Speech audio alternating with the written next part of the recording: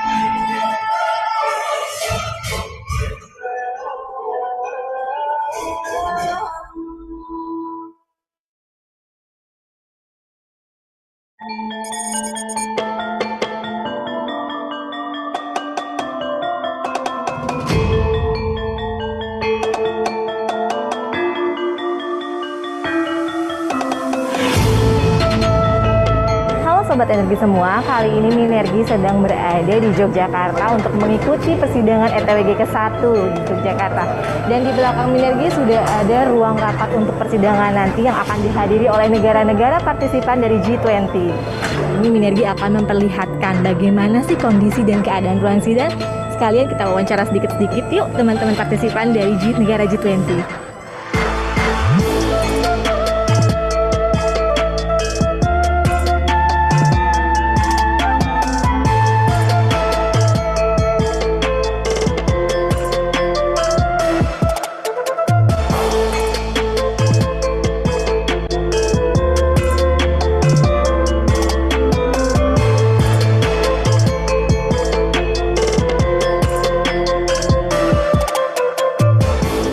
Selain persidangan ETWG ke-1, terdapat beberapa side event lainnya, diantaranya adalah Third Farm Biodiesel Conference.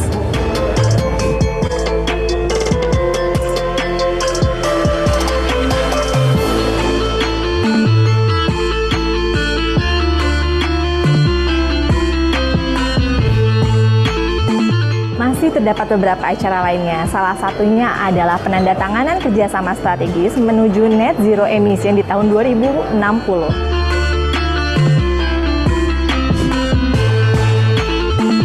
Jadi kebutuhan mengenai energi bersih ini sudah menjadi satu tujuan dunia. Hari ini kita baru saja membuka Energy Transition Working Group pertama.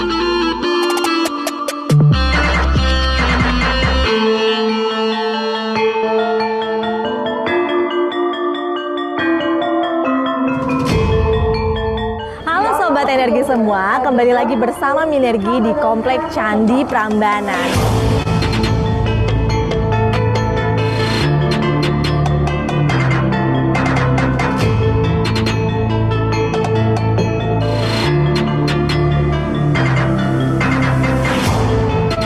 What's your name, please? Hey, I'm David. Oh, David, where are you from? I'm from the British Embassy, Jakarta. Indonesian people have been very welcoming, and it's been fantastic to be able to take part in the G20 Energy Working Group today. And so I'd just like to say thank you very much. Today was a beautiful day. Poland was invited as a special guest for the energy transformation working group G20 during the Indonesian presidency in G20, and we are very grateful to the Indonesian presidency for inviting us. G20? Recover together, recovered strong. Thank you so much. Halo Sobat Energi, kembali lagi bersama Minergi dalam rangkaian acara ETWG ke-1 di hari kedua. Hari ini kita akan kembali lagi untuk menghadiri side event dari rangkaian acara ETWG ke-1, yaitu acara Youth Forum yang mengusung tema Youth Movement. Kegiatan ini akan melibatkan generasi muda untuk mendukung kegiatan transisi energi di Indonesia.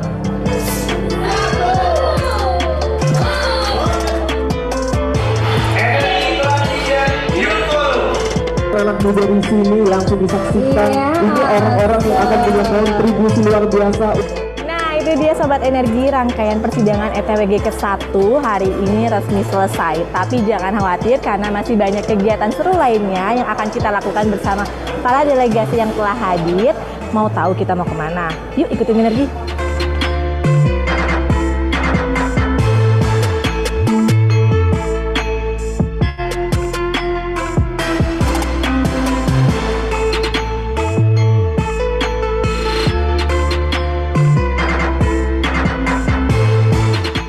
It is. And what's your first impression about Indonesia? It's beautiful. This is beautiful. Food's been really good. The ambience has been really good. The hospitality's been lovely. Everyone is so friendly and warm. It's just been a really friendly welcome. Nama saya Martin. Semuanya itu budaya, turis destinasinya. Tapi yang saya paling suka itu orang-orang Indonesia. Ya terlalu ramai dan ya di sini mudah berteman ya. Recover together, recover stronger. Recover together, recover stronger. Oke Sobat Energi sekalian, telah berakhirnya rangkaian acara dari Energy Transition Working Group, maka berakhir pula acara update dari Minergi. Tapi pantau terus informasi-informasi terkini dari Kementerian ESDM melalui Instagram, Twitter, Facebook maupun kanal YouTube-nya. Dan jangan lupa G20 Recover Together, Recover Stronger.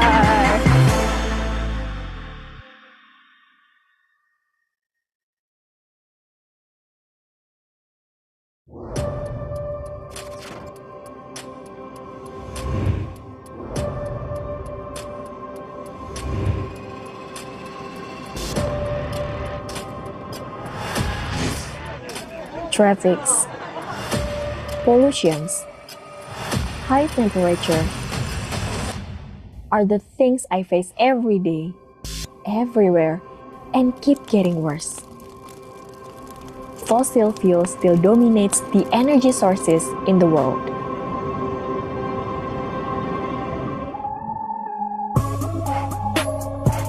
I dare to hope that everyone to fight our circumstances and of course, towards cleaner energy sources. It is possible with our efforts, our collective efforts. Our young generations will be the future decision makers. It is our priorities and responsibilities to develop their skills through several activities in contributing towards energy transitions and climate change. It's our turn. Let's take action.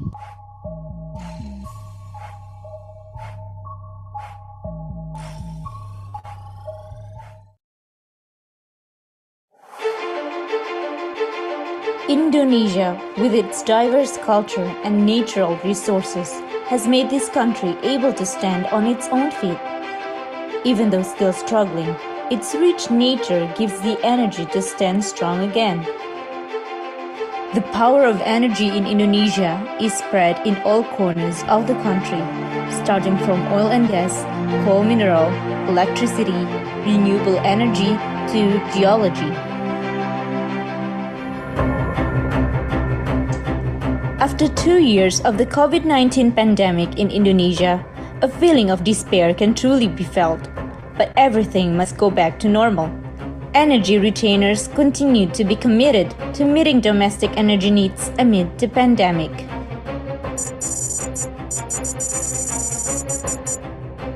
Investment of $282 billion or 107% from 2020. Non-tax revenue reached 189.2 trillion rupiah or about 156% from the target of 121.2 trillion rupiah. Energy subsidy amounting 131.5 trillion rupiah consists of subsidies for fuel and LPG of 83.7 trillion rupiah and electricity of 47.8 trillion rupiah. The transfer management of the Rautan block, the largest oil block in Indonesia, from PT Chevron Pacific Indonesia to Pertamina. Ease of investment and incentives to encourage the achievement of the oil production target of 1 million barrels of oil per day and 12 billion standard cubic feet per day of natural gas by 2030. The gas utilization for domestic use in 2021 is 66% higher than the portion for export. 799,000 households are connected to the city gas network. 331 locations for one price of Indonesian fuel. 98.24% coal production from the target of 625 million tons. The realization of mineral refining facilities amounting to 21 smelters. Reclamation of ex-mining land reaches 8,539 hectares from the target of 7,025 hectares.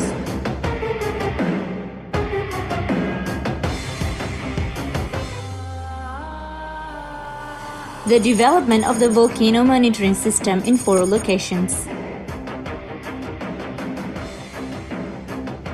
The implementation of geological mapping of volcanoes in 5 locations. Mapping the earthquake-prone disaster areas in one map. Mapping the ground movement vulnerability zones for 5 locations.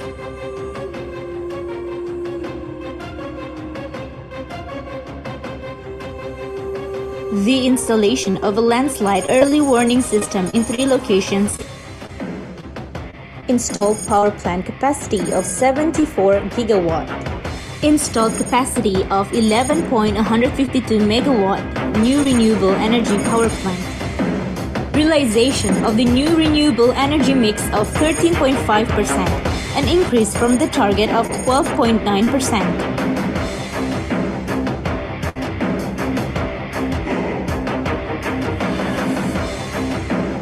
99.62% electrification ratio for villages. Utilization of domestic biodiesel of 9.3 million kiloliter with foreign exchange savings of 66.54 trillion rupiah. Lowering carbon dioxide emissions by 69.5 million tons. 267 general electric vehicle charging stations in 224 locations. 266 units general electric vehicle battery exchange stations in 265 locations.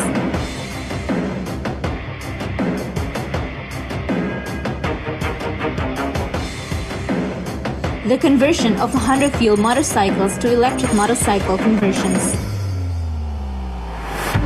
Di Indonesia sendiri sebetulnya kita memiliki kekuatan yang sangat besar mengenai renewable energy ini. 418 gigawatt, baik itu dari hydropower, geothermal, bio, solar panel, biofuel, arus bawah laut, dan yang lain-lainnya. Potensinya sangat besar sekali. Currently, the government is committed to reaching the fulfillment of net zero emissions or NZE by 2060 or sooner. Therefore, innovative collaborations must be strengthened to achieve the target.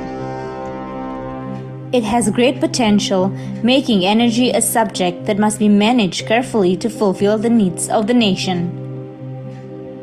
The Ministry of Energy and Mineral Resources is here to ensure that energy management in Indonesia is available, affordable, sustainable, and beneficial for the prosperity of the Indonesian people.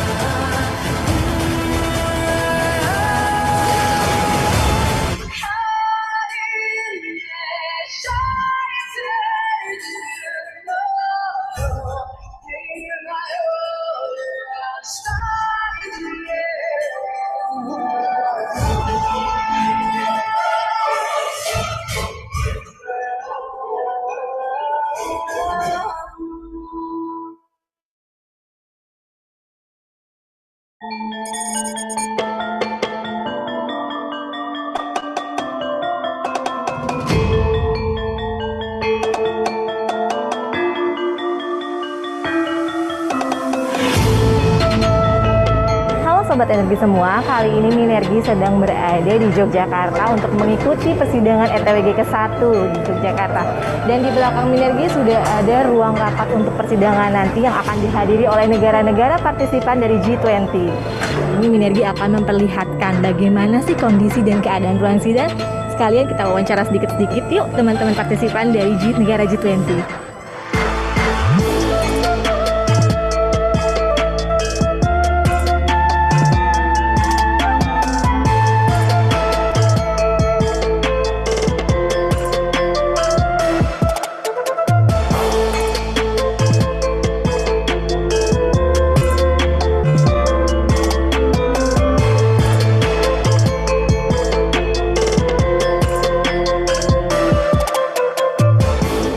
Selain persidangan ETWG ke-1, terdapat beberapa side event lainnya, diantaranya adalah Third Farm Biodiesel Conference.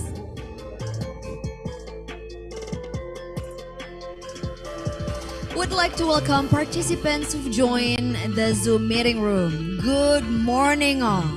We will start the event shortly, so please take your seat and make yourself comfortable. What G20 would like to aim is promoting energy transitions towards sustainable energy and increased productivity through expanding renewable energy. And this webinar is one of ways to gain technical insight to accelerate the implementation of co-firing as part of the energy transition in Indonesia and other G20 members. Biomass coal co-firing is one of an integral part in energy transition phase towards the implementation of net zero emission in coal-fired power plants. This co-firing technology utilizes biomass as a partial substitution of coal to be combusted in power plant boiler. Biomass can be obtained from forestry, plantation, and agricultural waste. Utilizing that biomass waste can also reduce methane emission caused by the degradation of biomass waste. Most of you are aware of challenges in utilization of biomass waste in co-firing. However, for the benefit of those who don't, I would like to highlight the 3 challenges. First, the potential quantity of biomass must be substantial and its supply must be reliable. Second of all, biomass characteristics should be comparable to coal, particularly in terms of grindability and calorific value. And last but not least, the price of biomass must be economically acceptable. And we'll hear about this in details and how to answer these challenges later during the discussion. So, be ready because we're about to start the webinar very soon. Hari ini kita akan kembali lagi untuk menghadiri side event dari rangkaian acara ETWG ke-1, yaitu acara Youth Forum yang mengusung tema Youth Movement. Kegiatan ini akan melibatkan generasi muda untuk mendukung kegiatan transisi energi di Indonesia.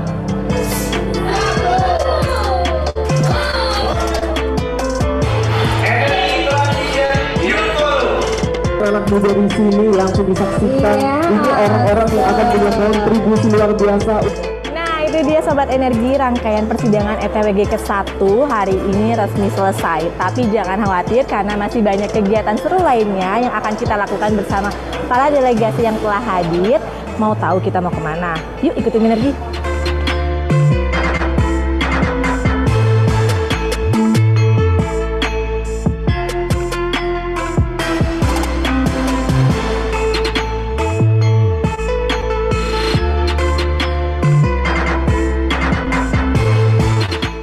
It is. And what's your first impression about Indonesia?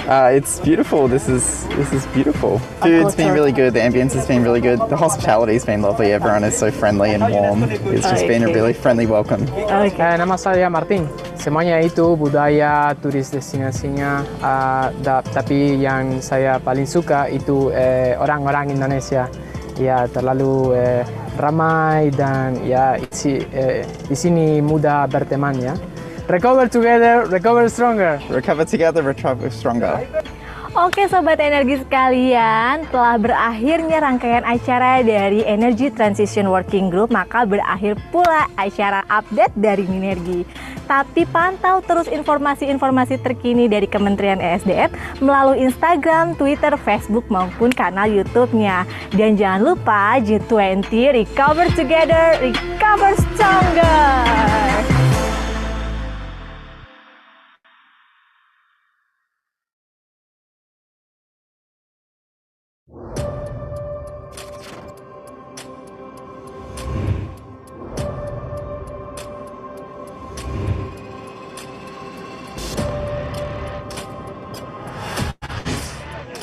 Traffics, pollutions, high temperature are the things I face every day, everywhere, and keep getting worse. Fossil fuels still dominates the energy sources in the world.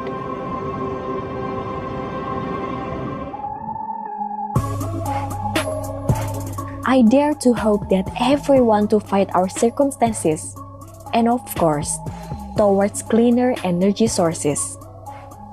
It is possible with our efforts, our collective efforts. Our young generations will be the future decision makers. It is our priorities and responsibilities to develop their skills through several activities in contributing towards energy transitions and climate change. It's our turn. Let's take action.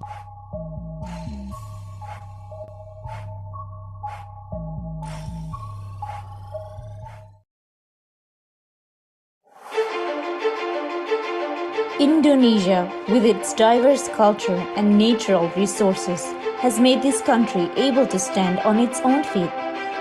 Even though still struggling, its rich nature gives the energy to stand strong again. The power of energy in Indonesia is spread in all corners of the country, starting from oil and gas, coal mineral, electricity, renewable energy to geology. After 2 years of the COVID-19 pandemic in Indonesia, a feeling of despair can truly be felt, but everything must go back to normal. Energy retainers continue to be committed to meeting domestic energy needs amid the pandemic.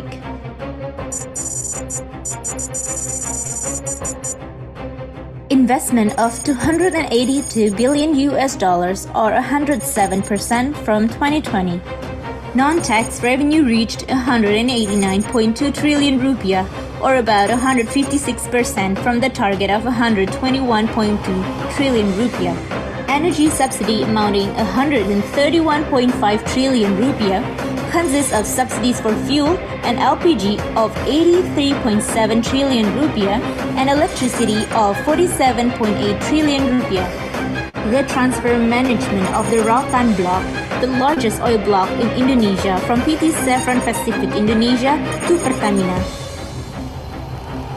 Ease of investment and incentives to encourage the achievement of the oil production target of 1 million barrels of oil per day and 12 billion standard cubic feet per day of natural gas by 2030. The gas utilization for domestic use in 2021 is 66% higher than the portion for export.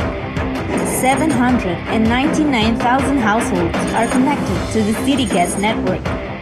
331 locations for one price of Indonesian fuel. 98.24% coal production from the target of 625 million tons. The realization of mineral refining facilities amounting to 21 smelters. Reclamation of ex-mining land reaches 8,539 hectares from the target of 7,025 hectares.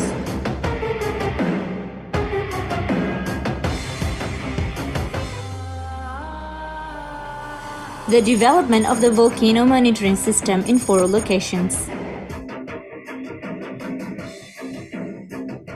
The implementation of geological mapping of volcanoes in 5 locations. Mapping the earthquake-prone disaster areas in one map. Mapping the ground movement vulnerability zones for 5 locations.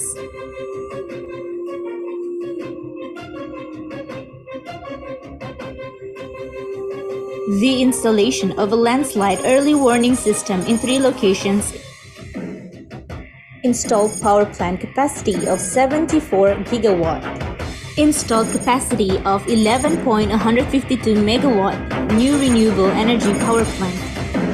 Realization of the new renewable energy mix of 13.5%, an increase from the target of 12.9%.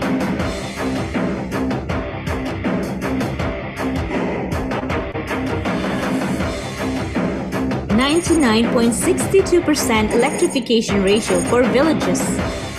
Utilization of domestic biodiesel of 9.3 million kiloliter with foreign exchange savings of 66.54 trillion rupiah. Lowering carbon dioxide emissions by 69.5 million tons. 267 general electric vehicle charging stations in 224 locations. 266 units general electric vehicle battery exchange stations in 265 locations.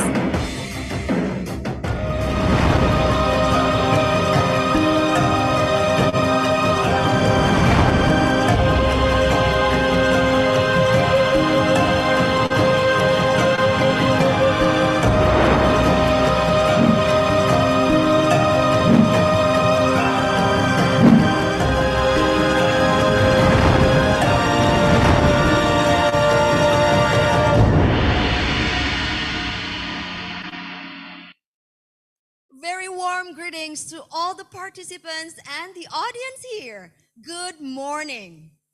I'm more than grateful to stand here and welcome you all to G20 webinar series called Biomass Cofiring Technologies to Accelerate Energy Transitions, hosted by the TechMira, Directorate General of Mineral and Coal, MEMR. Today, I'm Austina Permana, will be walking you through the webinar. And on behalf of the entire committee, I would like to thank everyone for joining us today virtually from different places. The main thing that I would like to accomplish today is to disseminate co-firing technology massively so that the publication and the information related to technical developments in terms of co-firing technical testing by qualified parties can be optimized. And before we begin, I would like to welcome our respected guest, Mr. Yudo Dwinanda Priyadi, Chair of Energy Transition Working Group ETWG, Mr. Prahoro Yulianto, Co-Chair ETWG, Mr. Ridwan Jamaluddin, Director General of Mineral and Coal, Mrs. Lana Saria, Director of Coal Business Development, Director General of Mineral and Coal, Mr. Edi Wibowo, Director of Bioenergy, Directorate General of New Renewable Energy and Energy Conservation, Mr. Wiluyo Kusdwiharto, Director of Mega Project and New Renewable Energy PT PLN, Mr. Atsuhiro Hanatani, Director, Chief Engineer, PT IHI Power Service Indonesia, Mr. Jiho Yu, Principal Researcher of KIER, and Mr. Cecep M. Yasin, Coordinator for Mineral and Coal Mine Area Management, Director General of Mineral and Coal. It is our immense pleasure to have you all here. And now, we're going to kick off our today's event by hearing an opening remark from Mr. Yudo Dwinanda Priyadi, Chair of the 2022 G20 Energy Transitions Working Group.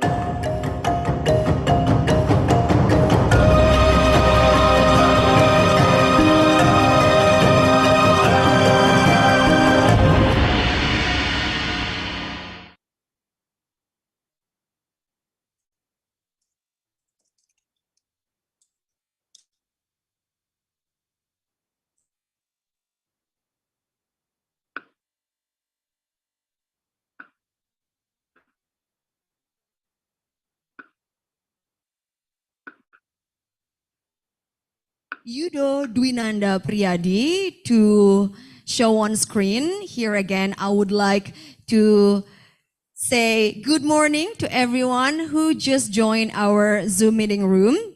We have a lot of things that we have prepared for the past 2 months for everyone who've just joined here. And what we have prepared is actually for the goods of ours. Okay, so what we know is that today we're going to have a presentation and also a discussion.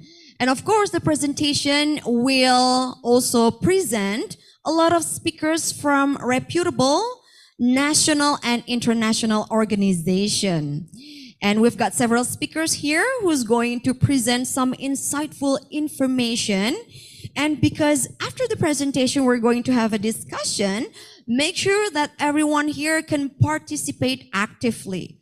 Why? Because if we participate actively in the discussion, definitely we're going to have insightful takeaways. And now, again, I'm going to present for the first opening remark from Mr. Yudo Dwinanda Priyadi, Chair of the 2022 G20 Energy Transitions Working Group.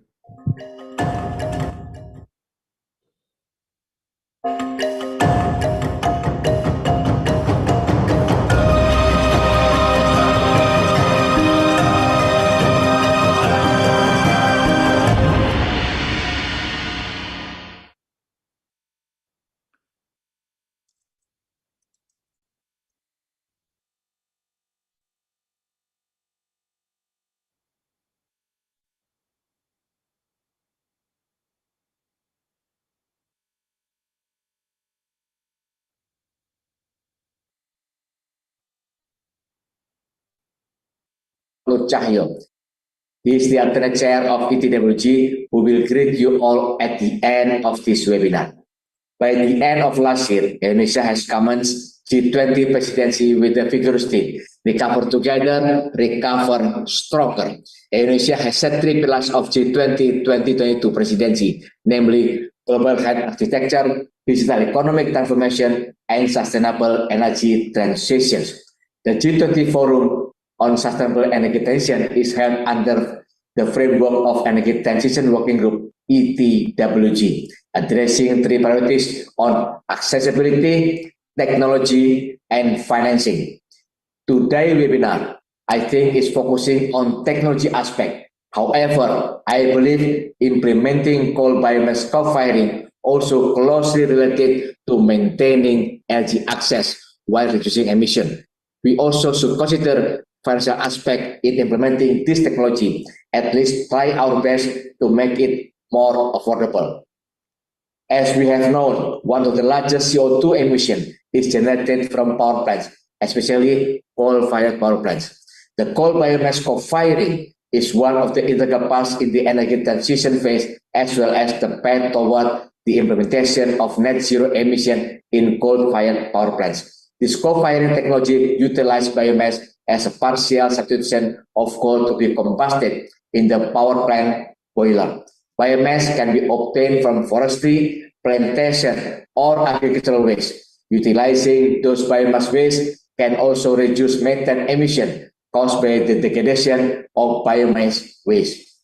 However, in implementing coal biomass co-firing, there are some major challenges that need to be addressed. One of the technical challenges is regarding the various technical issues in power plant boiler and feeding equipment caused by the difference of coal and biomass characteristics.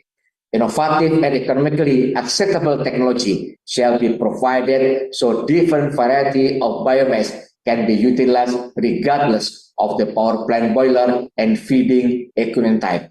The only way to overcome this challenge is through advances in technology. Testing Center for Mineral and Coal, well known as TechMira, as the part of Directorate General of Mineral and Coal in the Ministry of Energy and Mineral Resources of the Republic of Indonesia, will be taking key role as co-host of this webinar. TechMira has a vision to overcome this challenge by integrating coal biomass co-firing with pyrolysis technology, which is capable of producing biomass charcoal that has almost same characteristic as coal. Collective recommendation, practices, and experiences on coal biomass co-firing from other institutions and G20 members could potentially become the power stocktake for strengthening the key deliverables of G20 Energy Transition Working Group. Seeing ahead ambitiously, implementing of coal biomass co-firing could significantly accelerate energy transition itself and empower the content of the message of this year's G20 Energy Transition Forum. The webinar on coal biomass co-firing technologies to accelerate energy transition event aims to enhance the awareness of G20 members regarding coal biomass co-firing implementation through the showcase of best practices in key priority areas and innovative process to overcome technical challenges. Through two main sessions, the webinar will present insight from various key stakeholders, both international and national ones. Without further ado, to all key speakers from the global and national entities, G20 Troika, and G20 members, I wish you all have a successful webinar. Thank you. All right, thank you very much, Mr. Yudo Dwinanda Priyadi. And now it is our great pleasure to hear a welcome remarks from Mr. Ridwan Jamaluddin, Director General of Mineral and Coal, Ministry of Energy and Mineral Resources of Indonesia.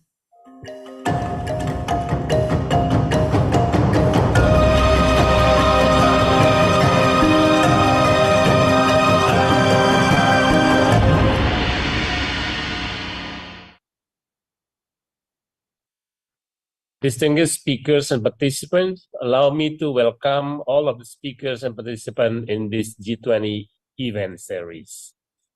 As we know, by the end of last year, Indonesia has commenced G20 presidency with this vigorous theme, Recover Together, Recover Stronger.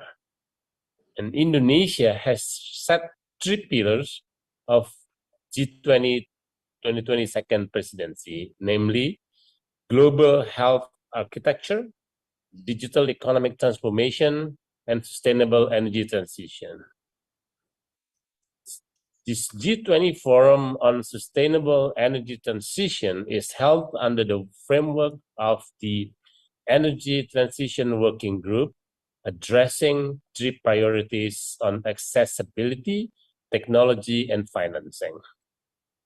From the first, the second, and the third meeting of the working group in April and May, G20 members and invitees unanimously acknowledged and endorsed the presidency's 3 priorities in energy transitions, as well as supported the main agenda on towards energy transition ministerial meeting G20 Summit 2022 in Bali. We call this all as the road to Bali. Realizing the road to Bali, between the meetings of Energy Transition Working Group, we will discuss and sharpen specific issues of energy transition through a series of virtual webinars. As the Minister of Energy and Mineral Resources mentioned at the opening ceremony of the first Energy Transition Working Group, that energy transition as a long-term strategy of the net zero emission target to minimize climate change and to decrease greenhouse gases. In this regard, we should use sustainable, clean, and eco-friendly new and renewable energy, one of which is coal biomass co-firing technology. This technology confirms Indonesia's commitment to accelerate net zero emission target in 2060. Indonesian national standard of biomass solids and pellets for power plant has been issued, while the Indonesian national standard draft of palm shells, sawdust, and wood chip is still on progress at the National Standardization Agency to be set as Indonesian national standard. The potential of biomass fuel include Forest for Energy program, 444 million tons, sawdust, 2 million tons, wood chips, 800,000 tons, palm shells, 12 million tons, rice husk, 10 million tons, empty fruit branch, 47 million tons, and existing household waste, 68,000 tons. As the only ASEAN member state and the G20, Indonesia has a strategic role to discuss energy transition issues in line with the acceleration of national target and to support the world effort in realizing global acceleration of energy transition. Today's webinar will become one of the webinars on the variety of energy transition topics. This co-firing technology utilizes biomass as a partial substitution of coal to be combusted in the power plant boiler. Biomass can be obtained from forestry, plantation, or agricultural waste. Utilizing those biomass waste can also reduce methane emission caused by the degradation of biomass waste. However, in implementing coal biomass co-firing, there are major challenges need to be addressed. One of the technical challenges is related to power plant boiler and feeding equipment caused by the difference of coal and biomass characteristic. Innovative and economically acceptable technologies should be provided regardless the power plant boiler and feeding equipment types. The only way to overcome these challenges is through advancements in technology. The Technology Center of Mineral and Coal, or TechMIRA, as a part of the Director General of Mineral and Coal, in the Ministry of Energy and Mineral Resources of Republic Indonesia, will play a key role as the co-host of this webinar. TechMIRA has a vision to overcome this challenge by integrating coal biomass co-firing with pyrolysis technology, which is capable of producing biomass charcoal that has almost same characteristic as coal. In this webinar, we will discuss deeply about the policy of co-firing acceleration for power plants by the Director of Bioenergy, best practices of co-firing implementation at coal-fired power plant by the Director of Mega Projects and New and Renewable Energy of PLN, and best practices of coal biomass co-firing implementation by IHI Corporation. Indeed, this will not become the end of the pathway. The hard works lie ahead. Collective recommendation, practices, and experiences on coal biomass co-firing from other institutions and G20 members could potentially become a powerful source of strengthening the key deliverables of G20 Energy Transition Working Group. The implementation of coal biomass co-firing could significantly accelerate energy transition itself and empower the content of the Energy Transition Ministerial Communique.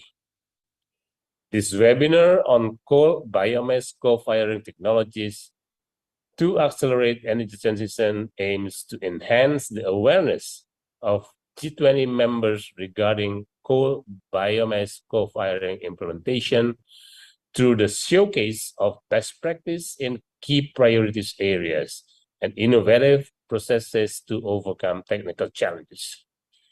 Through two main sessions, this webinar will present insights from various key stakeholders, both international and national entities. I wish you all a productive webinar. Thank you.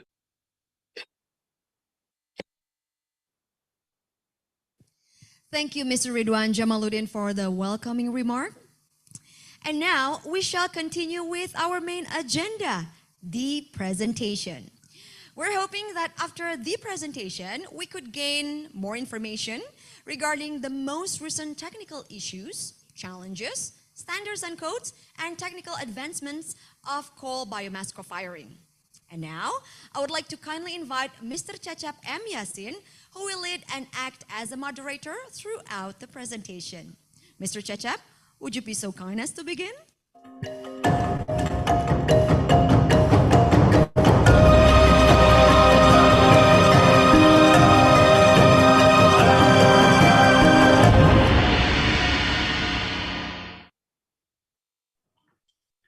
Thank you, Ms. Austina Permana. Assalamualaikum warahmatullahi wabarakatuh.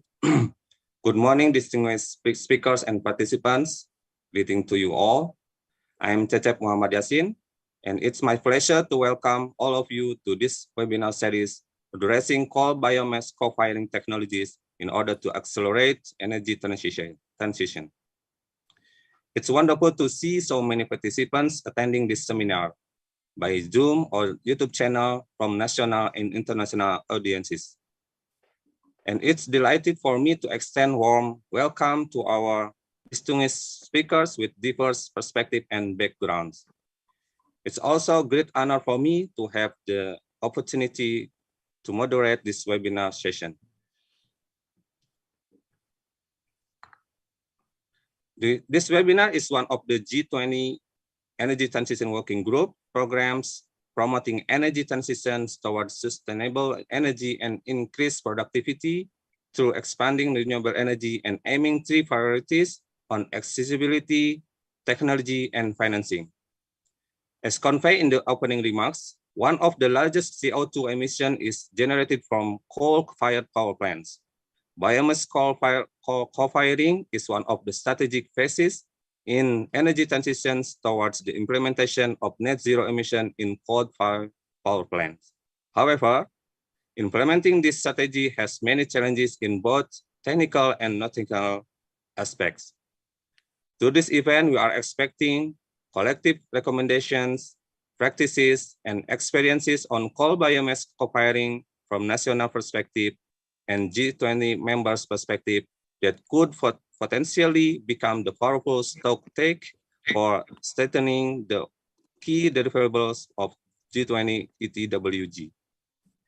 Each of speakers here brings unique perspective to give us better understanding regarding this topic. Here we have, for the first part is from actors and sectors in the national levels. They are Pak Slamet Handoko, a noteworthy contributor from the Testing Center for Mineral and Coal, TECMIRA, and the second is Pak Edi Wibowo, Director of Bioenergy from Directorate General of New Renewable Energy and Energy Conservation, and the third one is Pak Waluyo Kusdiwiharto, Director of Mega Project and New Renewable Energy of State Electricity Company, PT PLN. The second part is from the G20 members' perspective.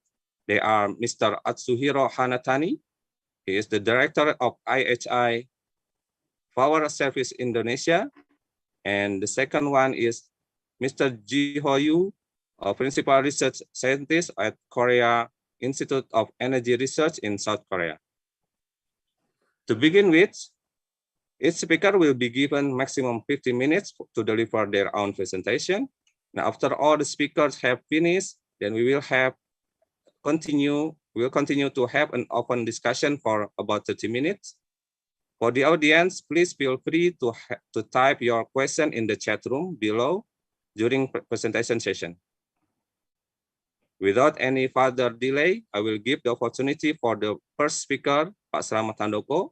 He is currently holding the position as a coordinator of co-development and utilization in testing center of TechMira. He will delivering the topic of integration of biomass pyrolysis and coal biomass co-firing technology. Ladies and gentlemen, please welcome our first speaker, Pak Slamet Handoko. Pak Slamet Handoko, the time is yours.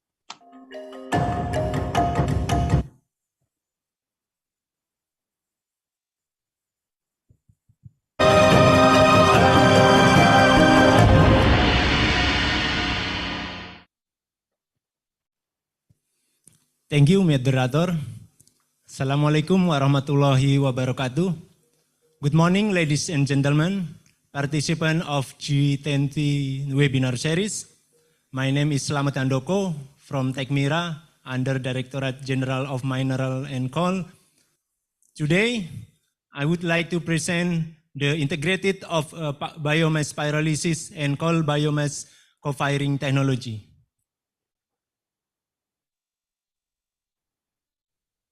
Outline of this presentation will start from why co-firing must be applied in coal-fired power plant, how the potential and challenge of biomass in Indonesia for co-firing, and what technology to overcome this challenge.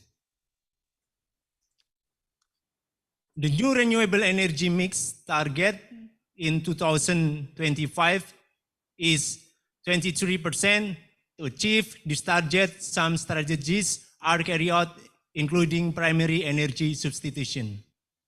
One of in the implementation of primary energy substitution and net zero emission principle is by using coal biomass co-firing technology. Coal biomass co-firing is an alternative way to reduce coal consumption by adding biomass as a partial substitute fuel in coal-fired power plants boiler without any significant modification, but still maintain fuel quality required by boiler. The main benefits of co-firing are reducing greenhouse gas emission and increasing new renewable energy mix.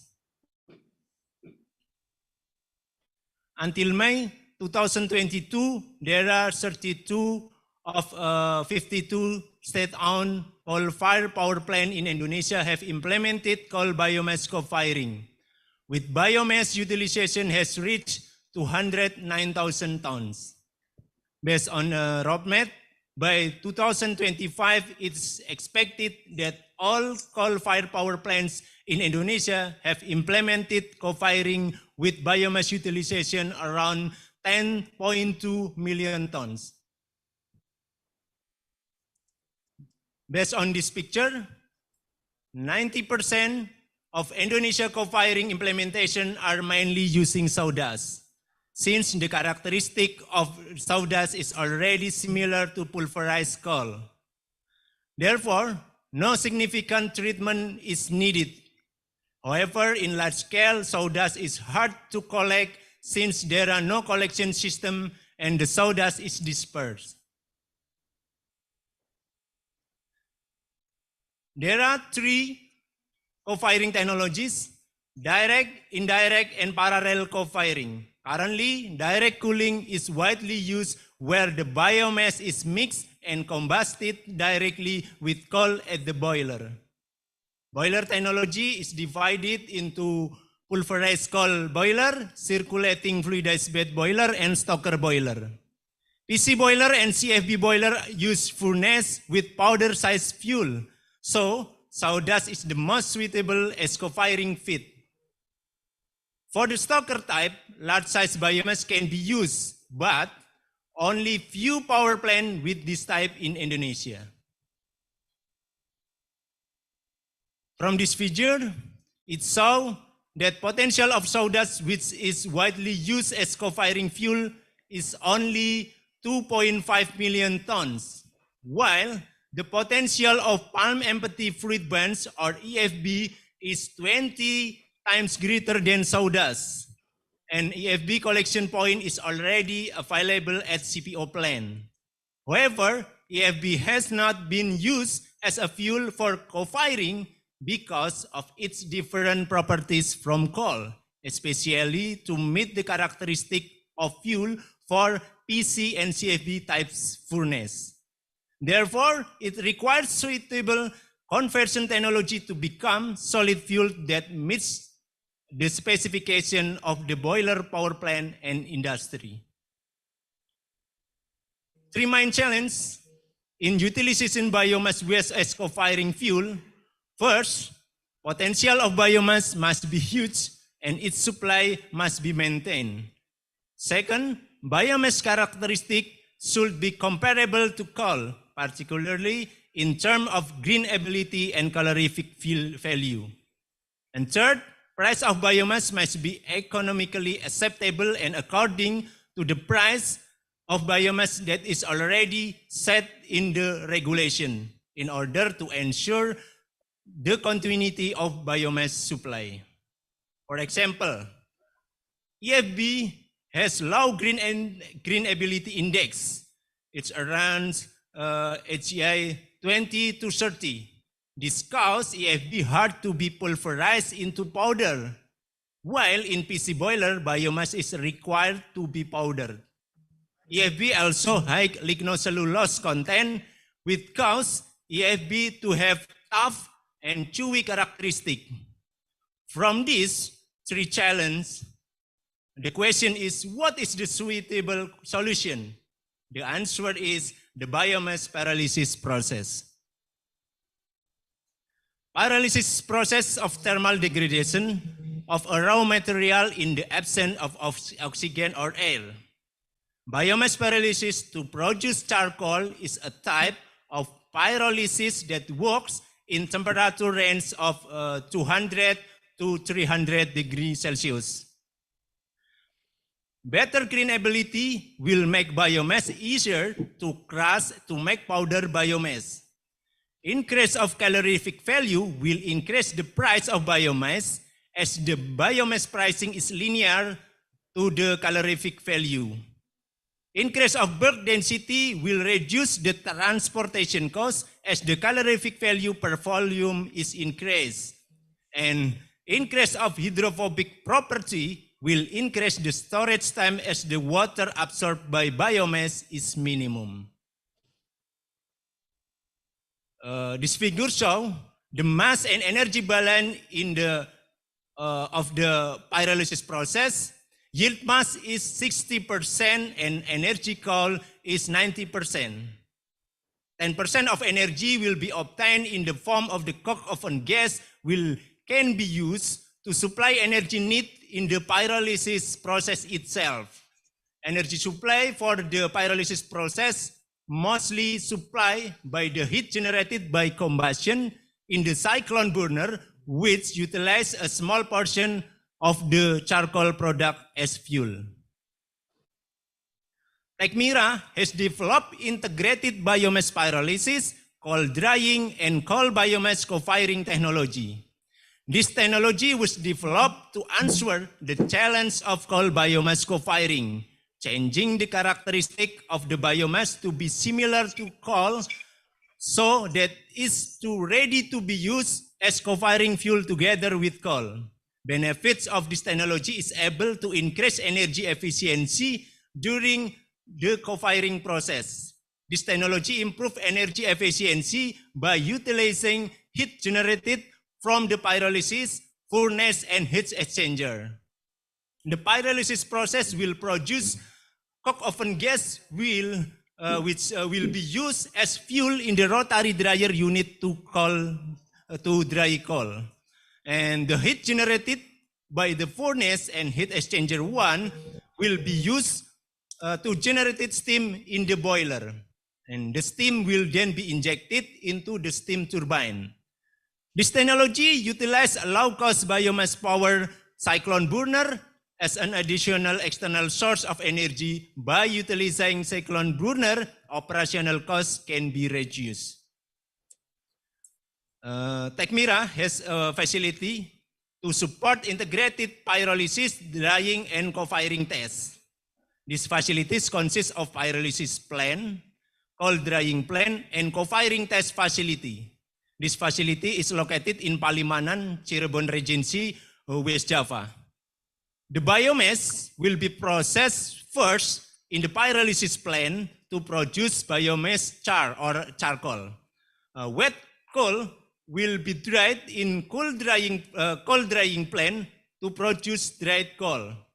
The two fuel with almost similar characteristic will then be mixed and used as co-firing fuel in the co-firing test facility.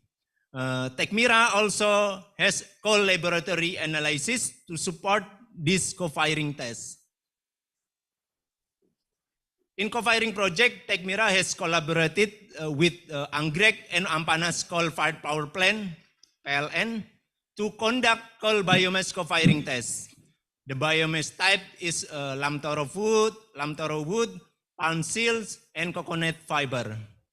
This year, it's planned to conduct coal rice hubs co-firing tests at Jeranjang's coal-fired power plant. Techmira has also produced cyclone burner. These cyclone burners have been installed at PTPN 8 and PPTK Gambung to dry tea. To summarize, some important points that I'd like to convey are: first, co-firing is clean coal technology to reduce environmental problems due to greenhouse gas emission. Second, the integration technology of biomass pyrolysis, drying, and co-firing developed by Techmira can be solution for co-firing. Third, the benefit of this technology are have high energy efficiency and be able to produce biomass charcoal which has similar characteristic to coal. Last but not least, Techmira with its experiences and facilities in co-firing project is ready to be partner in testing and developing co-firing technology. This is the end of my presentation. Thank you very much for your attention. Wassalamualaikum warahmatullahi wabarakatuh. It is a very interesting on your text on how Techmira has a vision to overcome biomass challenges by integrating coal biomass co-firing with pyrolysis technology, which is capable of producing biomass charcoal that has almost same characteristic as coal. The one that might be the question for the participant is that, is it already be tested on the commercial scale? Yet, that is safe for the discussion session. Thank you for your presentation, Pak Slamet Handoko. And now we will continue with the next speaker, Pak Edi Wibowo.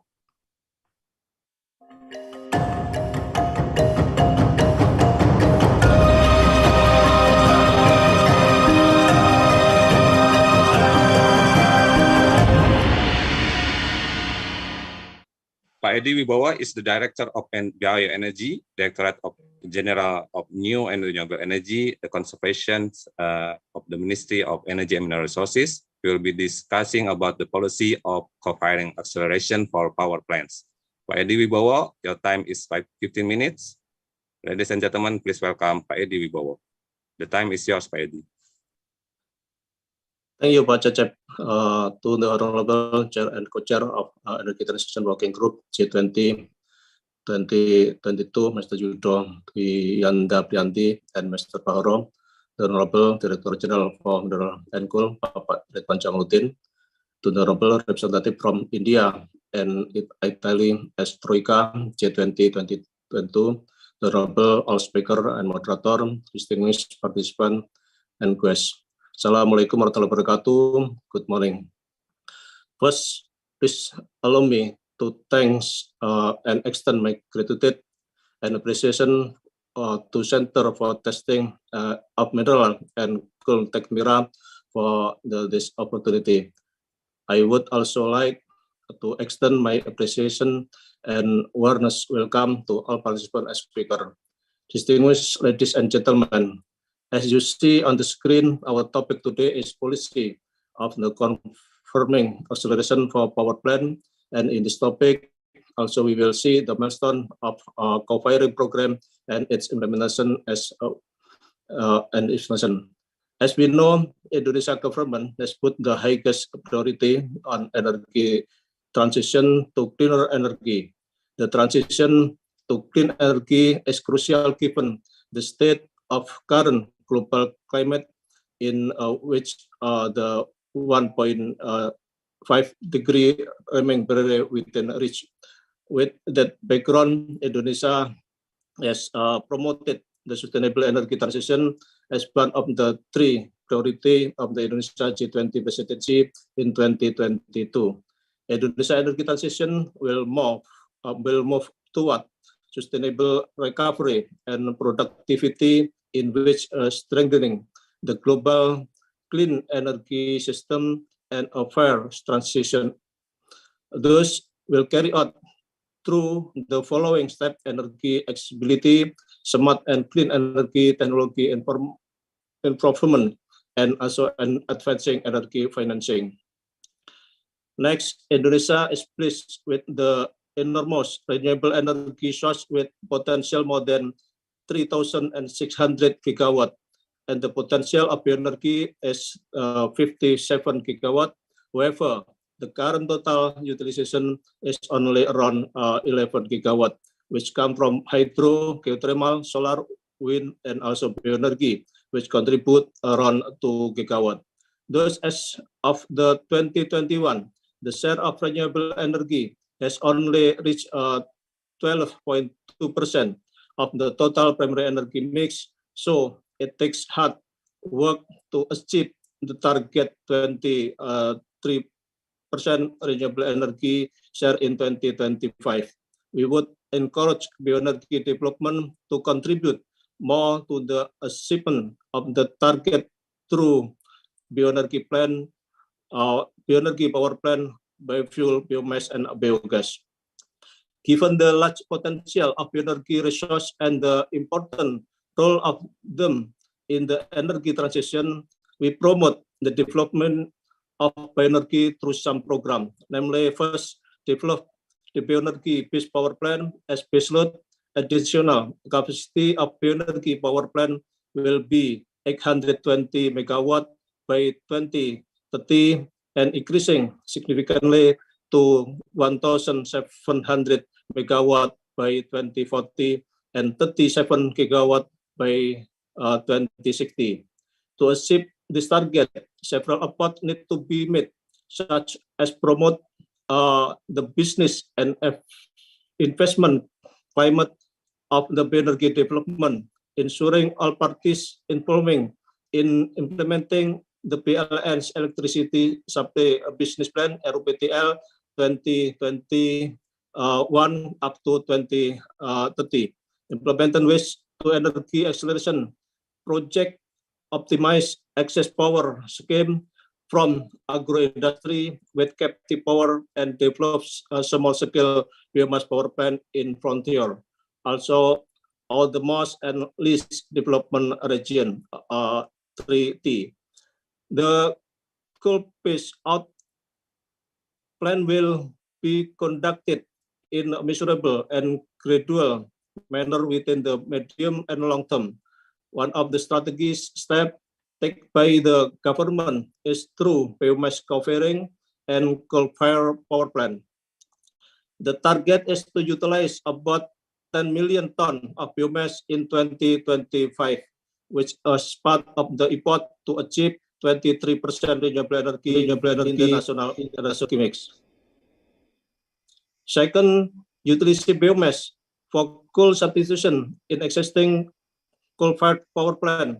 This program required biomass at 9 million ton per year by 2035 and expected to reduce emission around 5.9 billion ton CO2 equivalent.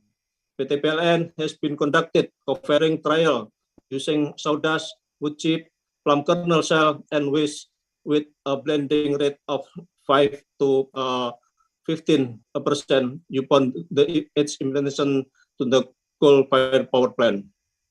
Excellency, distinguished ladies and gentlemen, Indonesia also known as an agricultural country, which the energy potential from biomass resources is relatively abundant.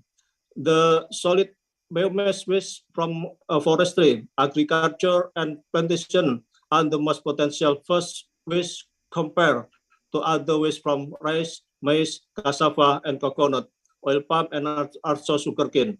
The amount of solid biomass waste potential in Indonesia is around 57 gigawatt.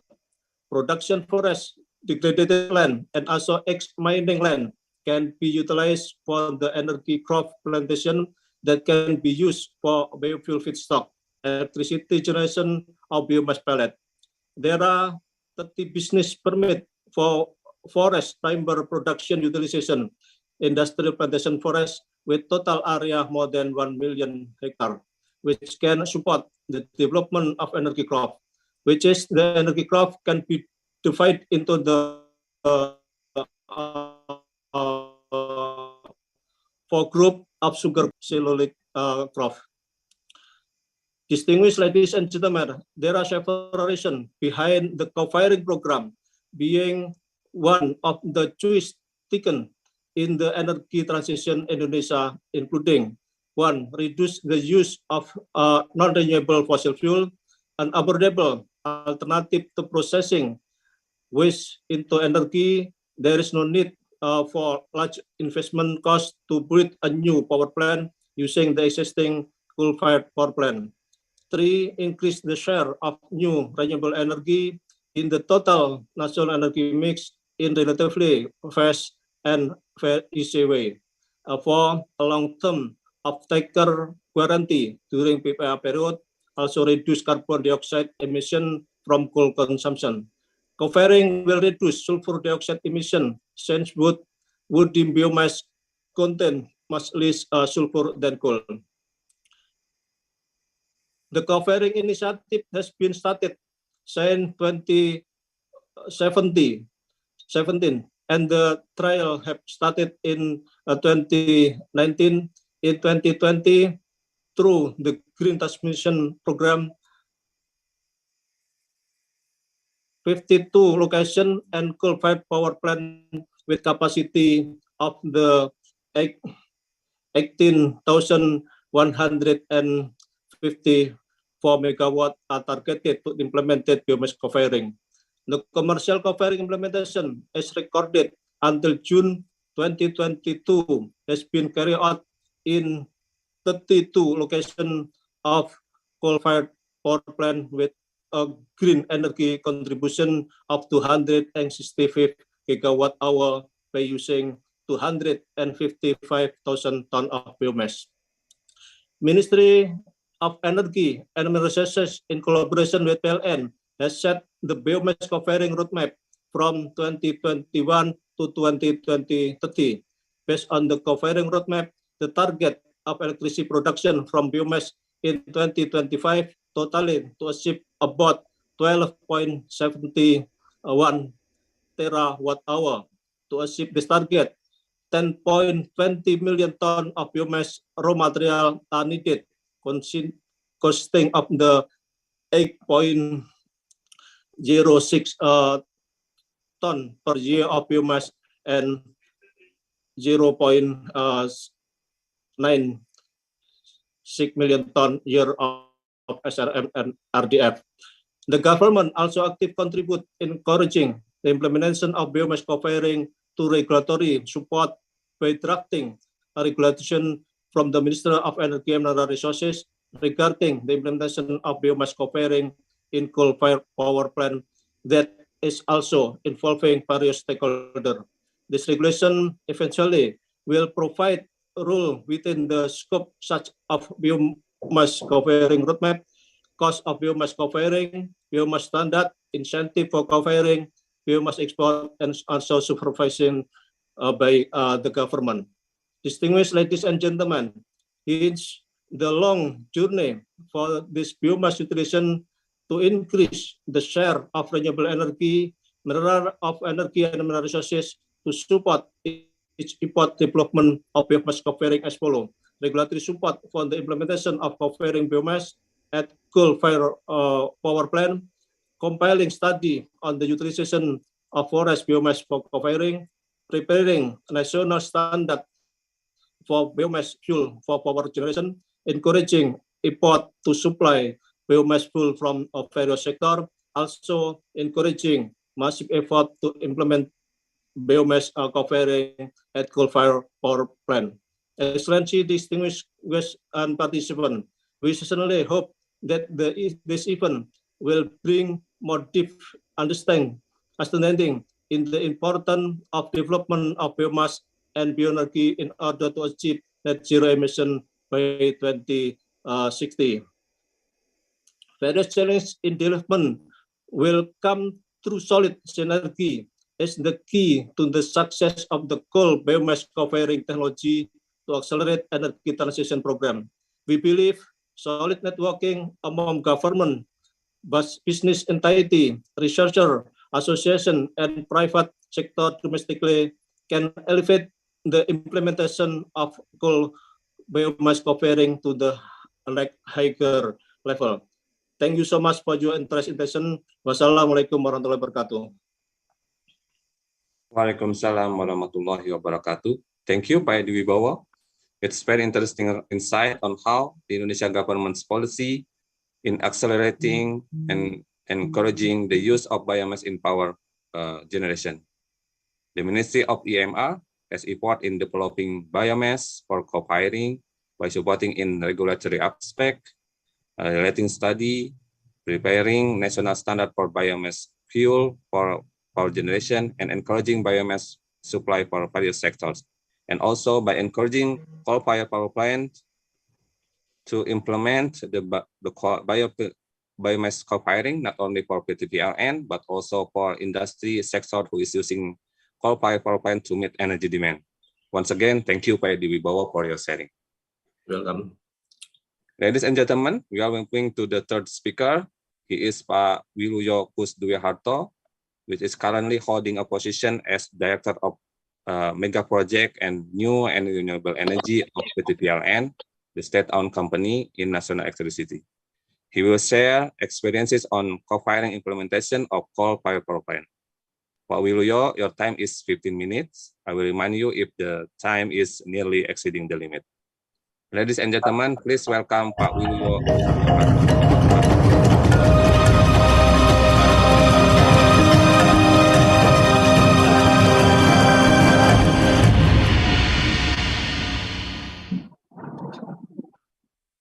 Hatur nuhun Kang Cecep. Bismillahirrahmanirrahim. Assalamualaikum warahmatullahi wabarakatuh. Selamat pagi.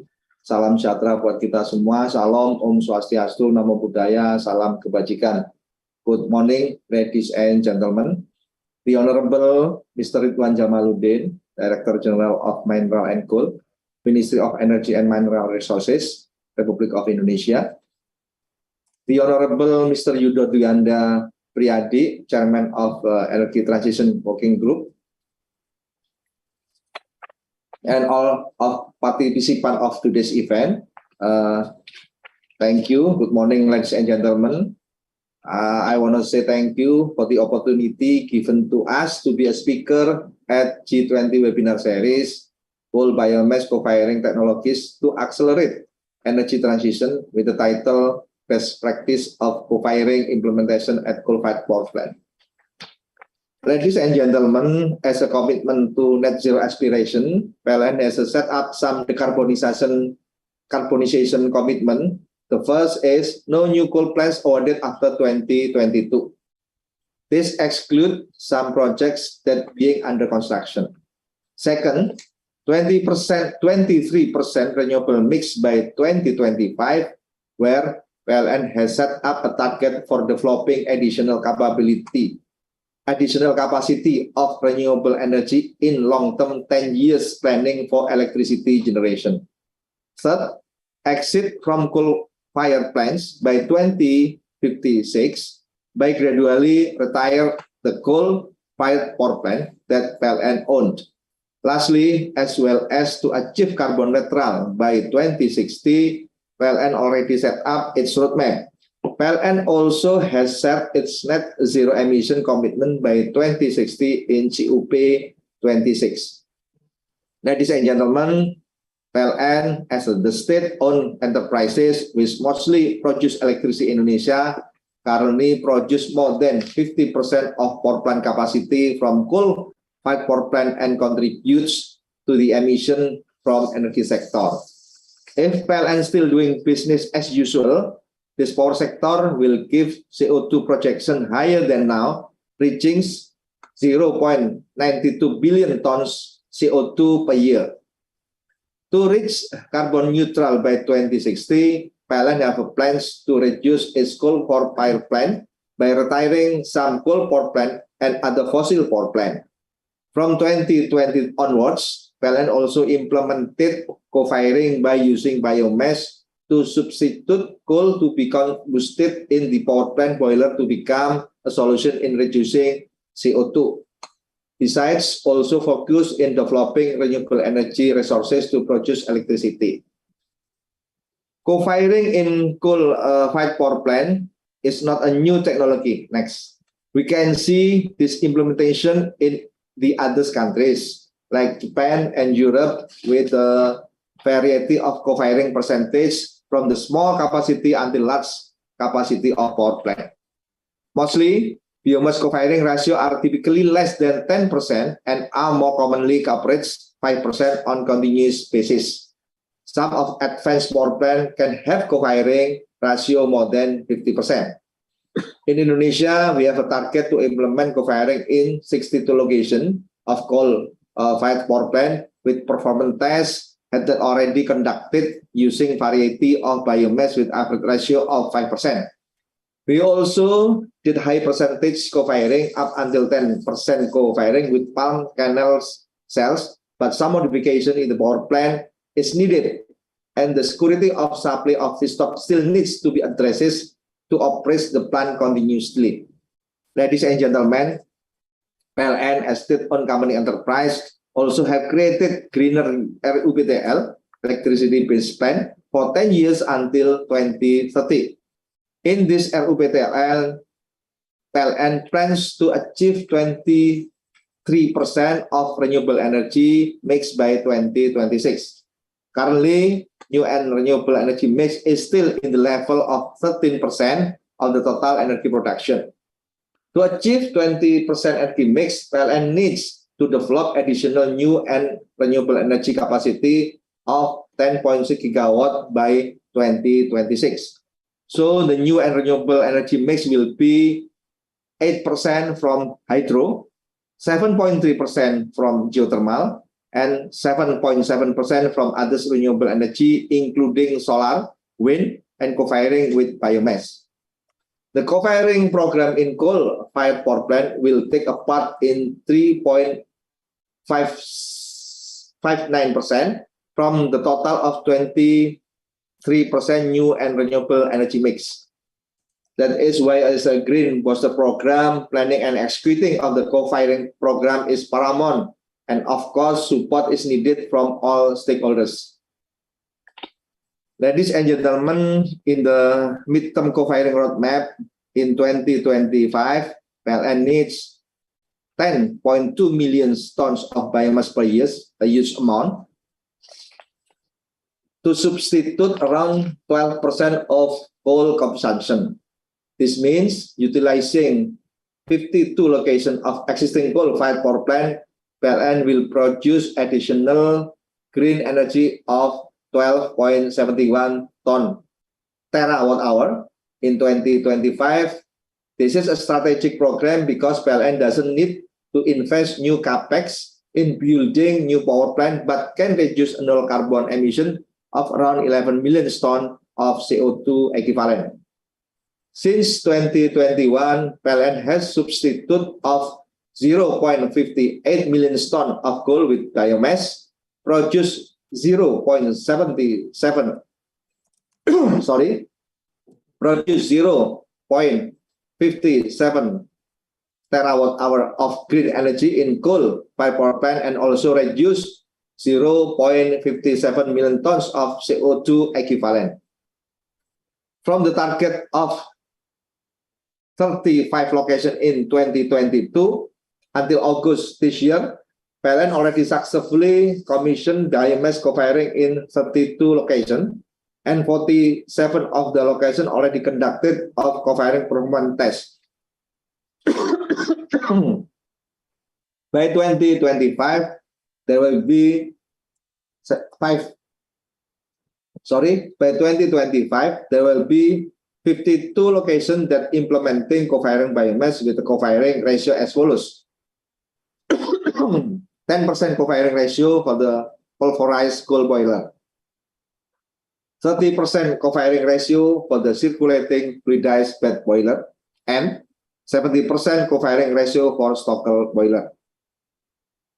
Ladies and gentlemen, in the PLN's co-firing roadmap plan, 10.2 million tons of biomass demand in 2025 will be consist of energy plantation crops for 5.3 million tons, rice husk for 1.6 million tons, palm plantation for 0.8 million tons, carpentry and agricultural waste for 1.5 million tons, and solid recovered fuel from municipal waste for 1 million tons.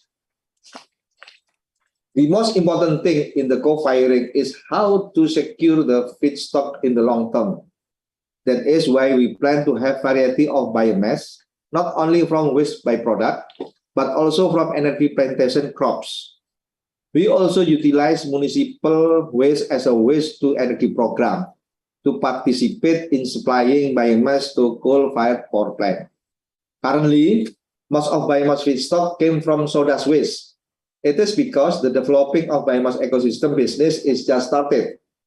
Biomass industry ecosystems need to be initiated, especially around 50 to 100 kilometer radius of the power plant. Ladies and gentlemen, for the implementation plan with a higher co-firing percentage, PLN has conducted of performance test co-firing of 6% biomass at 2 pulverized boiler fire power plant located in the Suralaya and Python power plant. The result are very promising because there was no technical issues. It only concern is how to provide a continuous supply of feedstock for sustainable implementation. Ladies and gentlemen, PLN always support government policy regarding the waste conversion into energy. For PLN, waste to electricity is not the only solution to solve waste problem in these cities, especially in the big cities like Jakarta, Surabaya, Medan, Padang, Makassar, and others. PLN has initiated the waste to energy program that use solid recovered fuel from waste to be utilized as a coal substitute in the existing coal power plant. For example, in Cilegon City, West Java, PLN already coordinated with the local government, with the Pak Wali Kota, to convert local waste into source of energy and mix it in coal mixing facilities of biomass co-firing in Suralaya coal power plant. We have done it in other locations to such as Jelanjang and Ropa in Nusa Tenggara Barat and Nusa Tenggara Timur, and we will copy that program into other cities. Ladies and gentlemen, the main advantage of the SRF utilization for co-firing is less capex. Because there is no investment needed in building new power plant, since the SRF can be directly used in existing coal power plant. No need big capex. PLN will certainly be the off-taker of the SRF since there's still large biomass demand gap up to 10.2 million tons of biomass needed in 2025. Although the several challenges related to waste to energy, such as waste compensation standard, business scheme agreement, and other things, but these challenges can be addressed through coordination between all the stakeholders. Ladies and gentlemen, as a conclusion, there are 5 critical factors for co-firing implementation that need to be considered. First, we need to secure the biomass supply chain. This is the most critical thing to implement continuous and sustainable co-firing program as desired target. Developing ecosystem for biomass industry is not only for large suppliers, but also can involve the community-based ecosystem in its states, thereby helping to expand job opportunities for the community in general. The development also needs investment and supports for regulations such as domestic market obligation or price support for biomass from the government. Second, we have to ensure the technical feasibility, especially for the higher co-firing percentages. This is critical to determine how many modifications needed for the feeding system, emission, and boilers for long-term co-firing program. The third, we need to establish the required processes like safe biomass storage, standing operating procedure, and handling the biomass at site. Fourth, we have to analyze the impact of long-term biomass utilization to the coal-fired power plant with durability tests. After that, we can evaluate the necessary modification for higher percentage of co-firing. 5, lastly, we then can be escalate the use of co-firing biomass based on the pilot learnings and recommendation from the pilot project. That is all what I can cover regarding the best practices of co-firing implementation at coal-fired power plant. Hopefully, today's webinar and discussion can be useful for all of us and ensure successfully coal biomass co-firing to accelerate energy transition, especially in Indonesia. Thank you very much. Wassalamualaikum warahmatullahi wabarakatuh. Waalaikumsalam warahmatullahi wabarakatuh. Pak Wiluyo Kusduharto, thank you for your sharing. You just give us an impressive and comprehensive overview of how PTPLN has already impressively implemented the biomass co-firing in coal-fired power plant.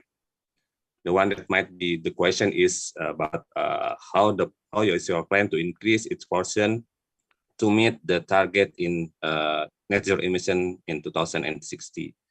In the chat room, it's so many questions. It's Alhamdulillah, it's the participant is quite enthusiastic for this seminar, and but let it save for the discussion session. Once again, Pak Wiluyo, thank you for your presentation. Dear distinguished participants, let's move to the second part of the seminar. We have Mr. Atsuhiro Hanatani from Japan. He is the director of PTIHI Power Service Indonesia. Mr.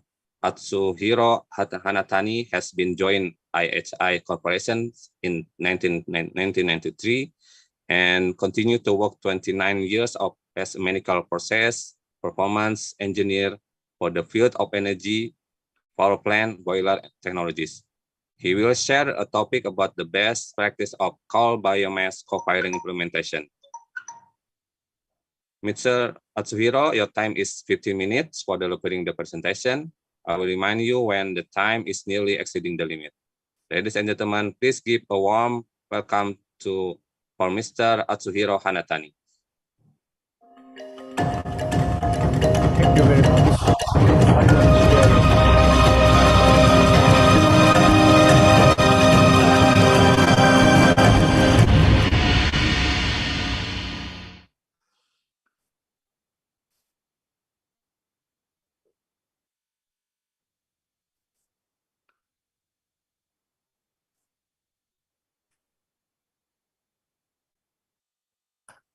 Okay, selamat pagi everyone.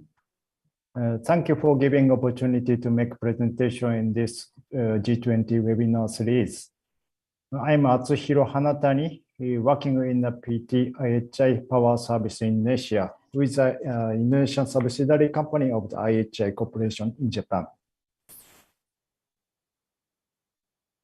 Let me introduce my company. IHI Corporation is one of major manufacturer in heavy industry field. The main business is resource energy and environment, aero engine, infrastructure, and so on. Then now IHI Corporation is focusing the three category of the business. The business is carbon solutions. So I changed the point. Carbon solution, and transportation system, and maintenance, and disaster presentations. IHI aim to develop carbon neutral society as technology and service provider. To make solution based on this business strategy, IHI Power Service in Asia has been established in this year. Former name is PT Cilegon Fabricators in West Java. From only manufacturing service to become a total solution provider of power plant maintenance service.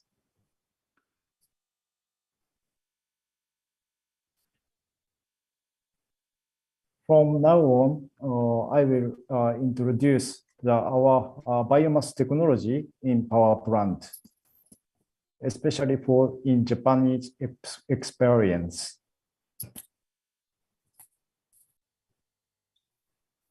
So this is our experience in Japan power plant.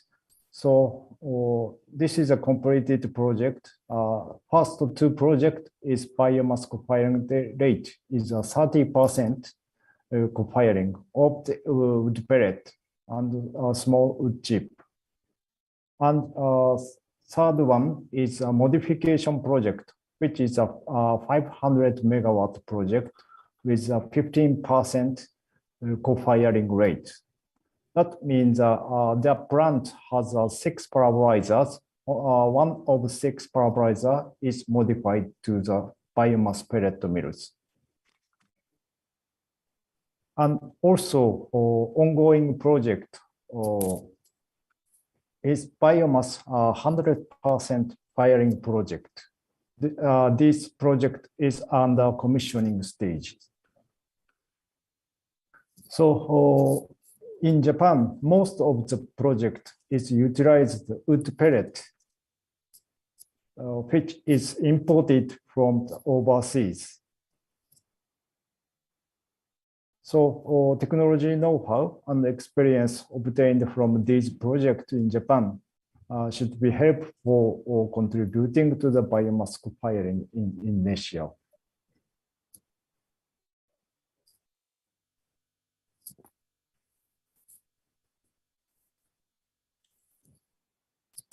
This is a configuration of the biomass co-firing plant. In this boiler, there are 4 pulverizers is equipped, and one of 4 is wood pellet mills.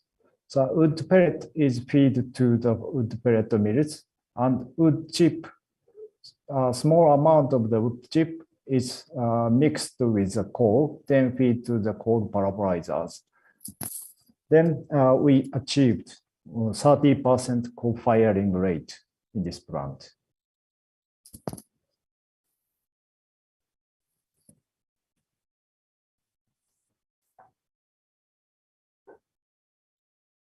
This is a concept for biomass co-firing technology. There are 3 types of system configurations. Left-hand side is a normal system. This is a more simple system. Biomass is fed to the coal line, mixed with the coal, then grind it with the coal pulverizer, then feed to the boilers. This system is without modification in boiler side, but co-firing rate is only limited a few %. So center one is a pellet utilization. In order to increase the co-firing rate of the biomass, we developed the biomass exclusive grinding and firing systems. To apply this system, most of the high co-firing rate project in Japan is applied these systems. On right hand side one is a bin system. This is some special cases. This system is an indirect firing systems. Biomass fuel is introduced as a particle and fed to the bin, then feed to the pneumatically transported to the burner. So before coming to the boiler plant, the biomass is grinded to less than 1 millimeter particles in pre-treatment systems. So many types of biomass can be applied in these systems.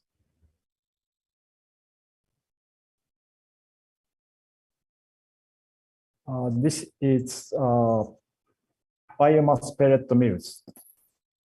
Wood pellet for combustion do not need to be a fuel as coal. So in case pulverized coal is grinded up to the around the 75 to 150 microns, but wood pellet is less than 1 millimeter, is particle size is enough because wood biomass has much volatile matter. It is no need to combust such fine grain. But in coal mills, after the grinding, size will be the same as the coal pulverized coal size. So we modified inside of pulverizer to put the flow acceleration ring to increase in the velocity of the mills. So in this modification, 1 millimeter size of particles is out from the pulverizer. So modification of existing pulverizer could be same concept. It's applicable.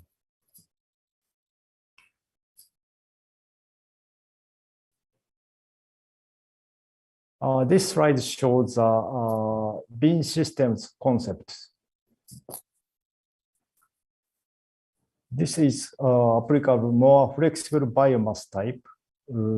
It is suitable for the in Indonesia because many kind of the biomass fuel can be used in this bin system. So primary grinding to the small particles. It is easy to apply to the existing coal-fired power plant.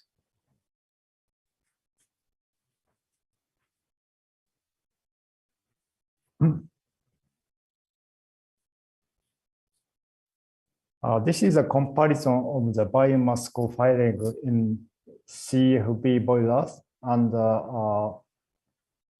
PC boilers. As you know, CFB type boiler is utilize flexible biomass fuel type. But generally, unit size is smaller than the PC boiler. In case of the PC boiler co-firing, it is a unit size large, very large. So even partial co-firing, a large amount of the fuel is applied to biomass fuel. For example, in 600 megawatt unit, 10% co-firing means equivalent to the 60 megawatt carbon neutral fuel applications. So, of course, that depends on the situation, but the both of the solution can be applicable. So I know that PC boiler plants of large generation capacity operate in Java. Higher rates of biomass co-firing at such boiler should contribute to the Indonesian government strategy for the net zero emissions.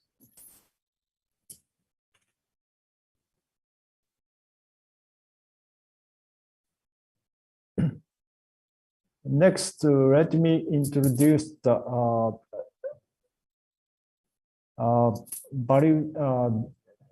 development of the value chain of the biomass productions. So IHA Corporation also developed value chain of the biomass fuel production. This is our biomass production facility in Malaysia. We are developing biomass fuel in palm plantations. So we produce pelletized fuel from the oil palm trunk and also the empty fruit bunch. These are already pelletized with some treatment to reduce the low ash chlorine and sodium and kalium. Then now we are imported to Japan, started test in actual power plant.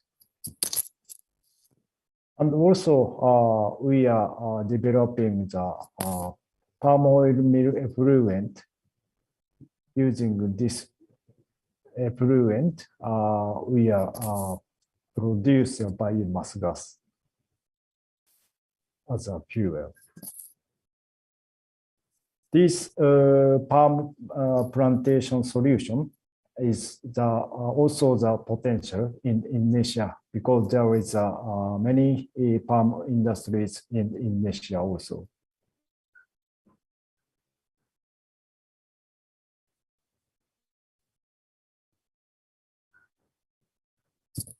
Finally, I would like to introduce the activities in Indonesia. IHI Corporation and Institute Technology Bandung, ITB, have continued joint research on the effective use of the biomass fuel in Indonesia. Rice husk and rice straw can be alternative biomass fuel for coal-fired power plants in Java from the perspective of study supply volume and characteristics. Our next target is to carry out the combustion test in existing actual power plants based on our joint research with ITB.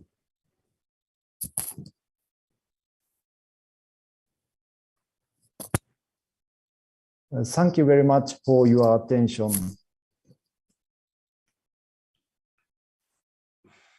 Thank you, Mr. Atsuhiro Hanatani, for the presentation. So time is just right, 15 minutes.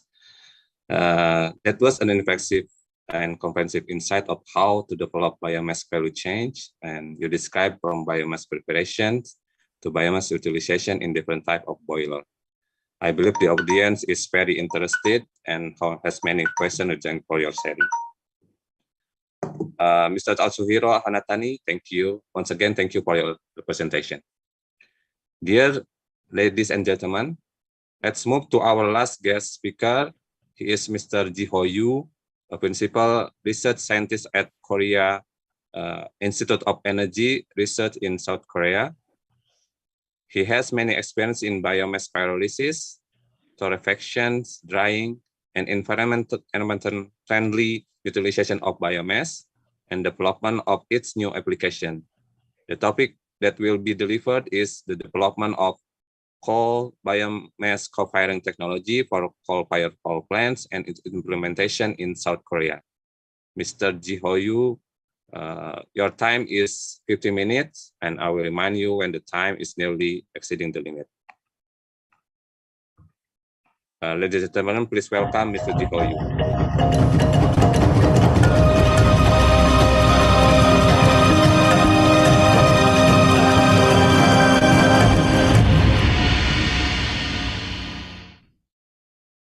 Hello. Yeah, I'm Ji Ho Yu from Korea.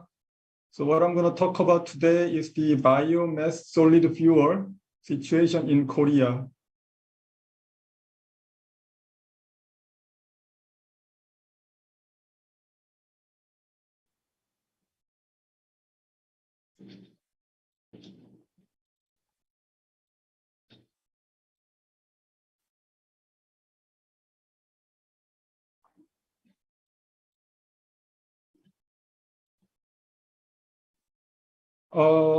Yeah, here's some concept of the biomass utilization in Korea. Actually, in Korea, there's not so many biomass resources. So we need to gather all the biomass everywhere and then make a solid fuel, and then that is transferred to coal-firing power plant. That's the usual cases. So my talk today is like this, and then I'm going to talk about a net zero effort in Korea first. As you know, net zero is like a global keyword. It is the live or die issue for a human being now. So 138 countries joined the net zero declaration, and Korea also did that in 2020. It is the situation of the greenhouse gas emission in Korea.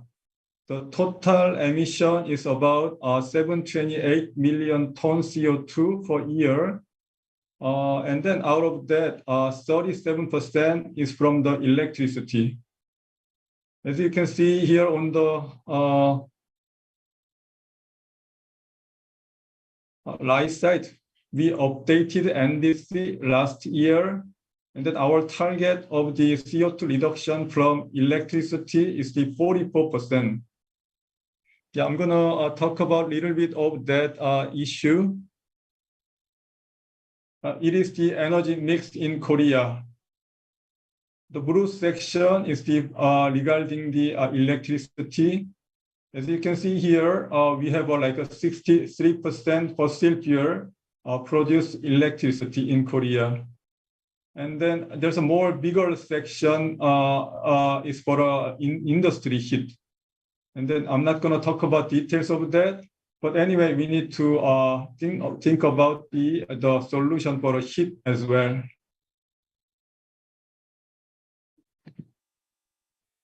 To reduce that use of fossil fuel, we have like a promotional activity by the Korean government. So mainly two systems are there. The first one is the RPS system that obligate power company, the major power company, to supply more than a certain percentage of that generation using renewable energy. This year it is 9%. And another one is the REC system. That is like incentive that is given to the company that produce electricity from renewable energy. And then that changes. The incentive amount is changed depending on the fuel. Right now, wood pellet, that is usually from the foreign country like Vietnam and also Malaysia and Indonesia. It is like become lower from 2019. Instead, we have like unused local forest biomass. If you use that one for electricity, the REC value, I mean incentive, become more from 2019. So Korean government encourage people to use local unused biomass. It is the portfolio of the renewable energy. Currently, we have a 5 to 6% renewable energy capacity, and it is going to be 22%. That is our target in 2034. And out of all the renewable energy, we have 23% of the bioenergy. If you look at the component of bioenergy, we have mainly wood pellet and then waste biomass. That is the two main sources of the bioenergy in Korea. As you can see in the table, wood pellet is mostly from outside, and the local waste biomass is another major factor. Excuse me to interrupt, Mr. Jihuyo. The presentation is not solved fully. It's half. It's in presenter point of view. Could you please make it larger? Thank you. Okay. You want me to make it larger? Okay. I think you need to press the 3 buttons. That's no. This one? Yeah, that one, and then.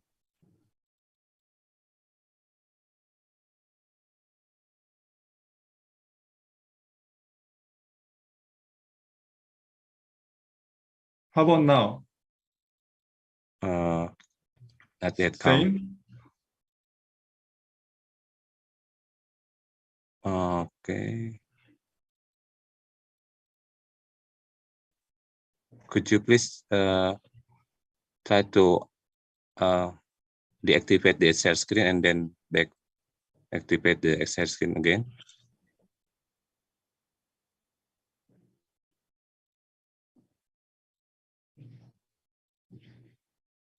Can I do that?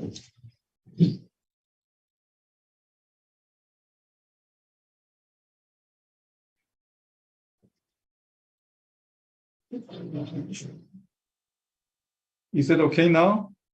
Try to slideshow. Yeah, the one that circled. Yes, this one is better. You may continue. Okay. Yeah, sorry for the small screen. Yeah, let me continue my talk. Biomass co-firing in Korea for a major power company, it is about 1 gigawatt. And then there's a 100% biomass firing power plant that is about 500 megawatt.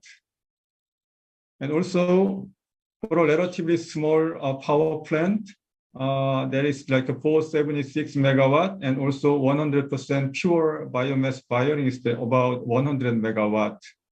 So total biomass power plant is like I think 2 gigawatt about, and then actually Korean power plant capacity is like 125 gigawatt. So it's like a 1.6% is from the biomass in Korea now. That's the situation in Korea. Second topics today is the feedstock and its upgrading.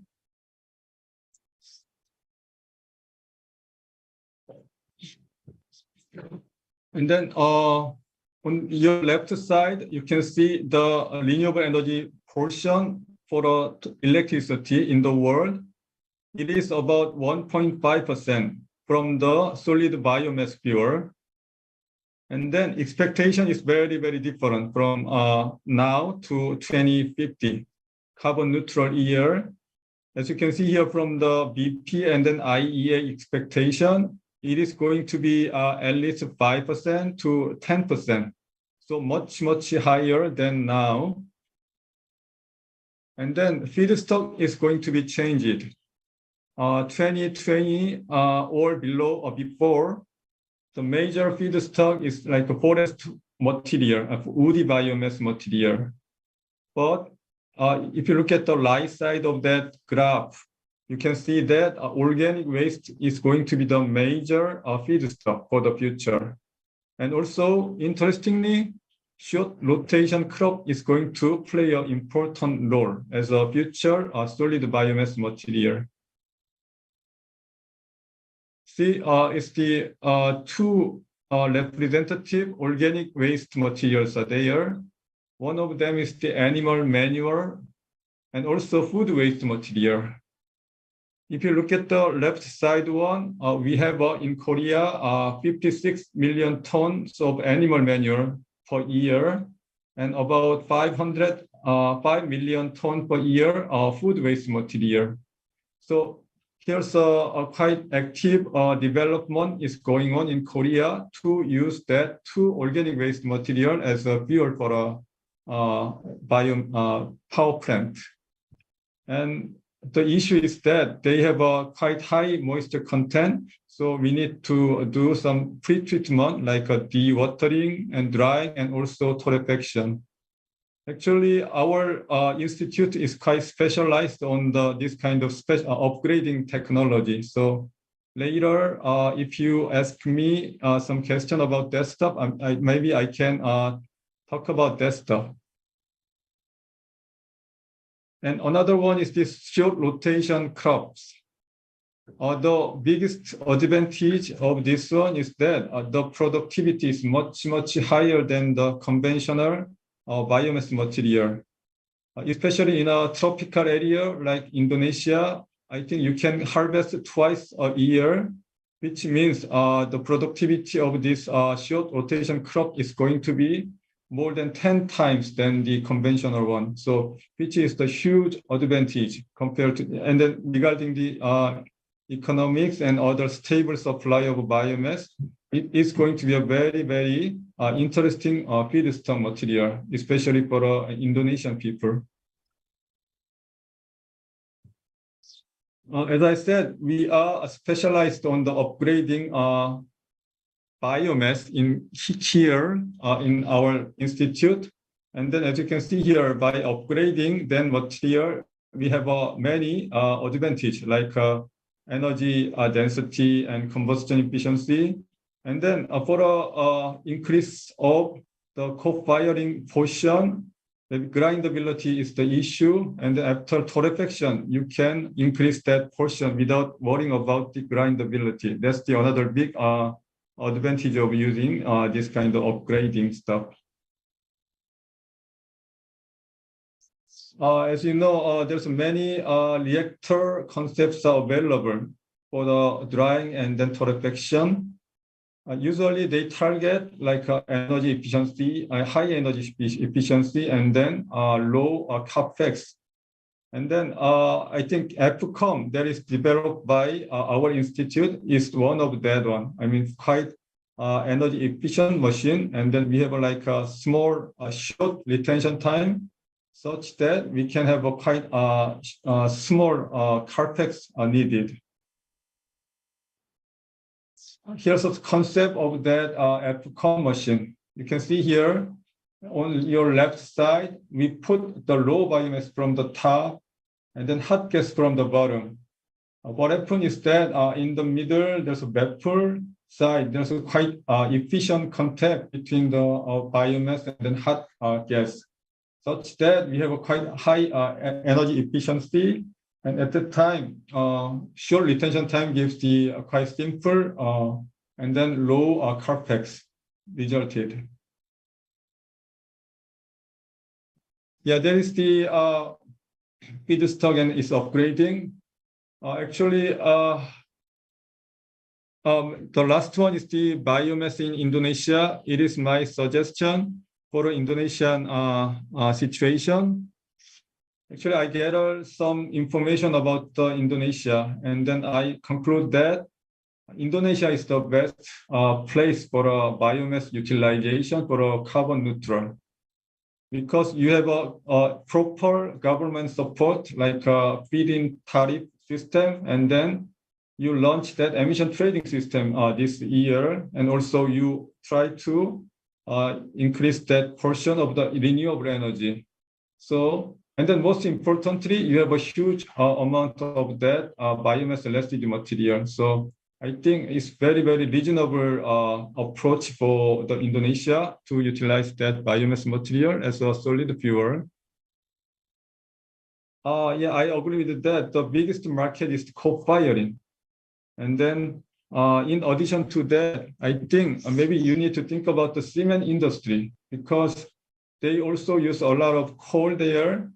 I think according to that, the production amount of cement, I guess maybe more than 10 million tons of coal per year. Like now, probably you can replace that use with a solid biomass material, because usually if you use that biomass material for co-firing, you need to worry about the slagging and fouling and then chlorine issue, I mean the corrosion issue, but there's no worry in this industry.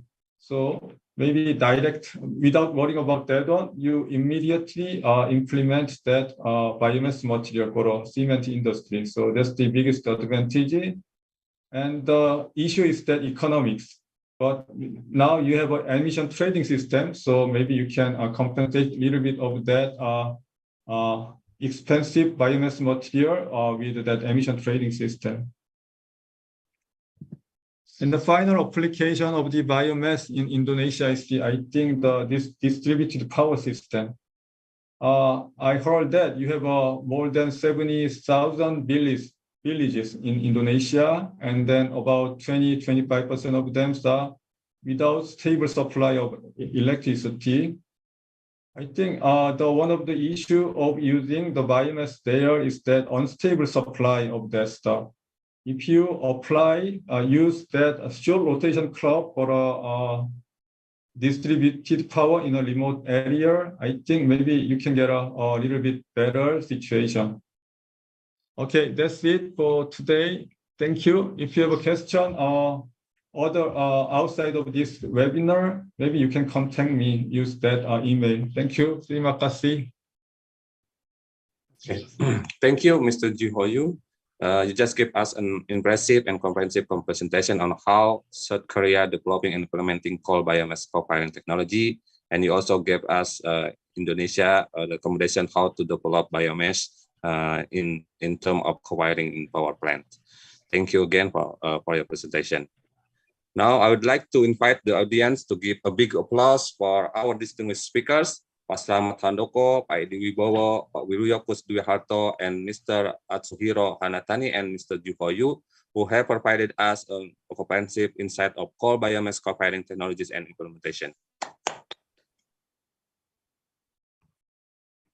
Now we have 30 minutes for an open discussion. If there's any questions, please type your question in the chat room below.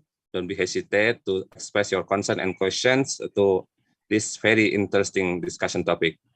Interestingly, for your information, we have special rewards for the total of 10 participants.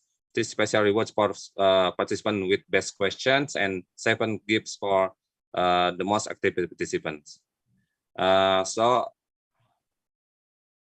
there are so many questions that has been delivered in the chat room.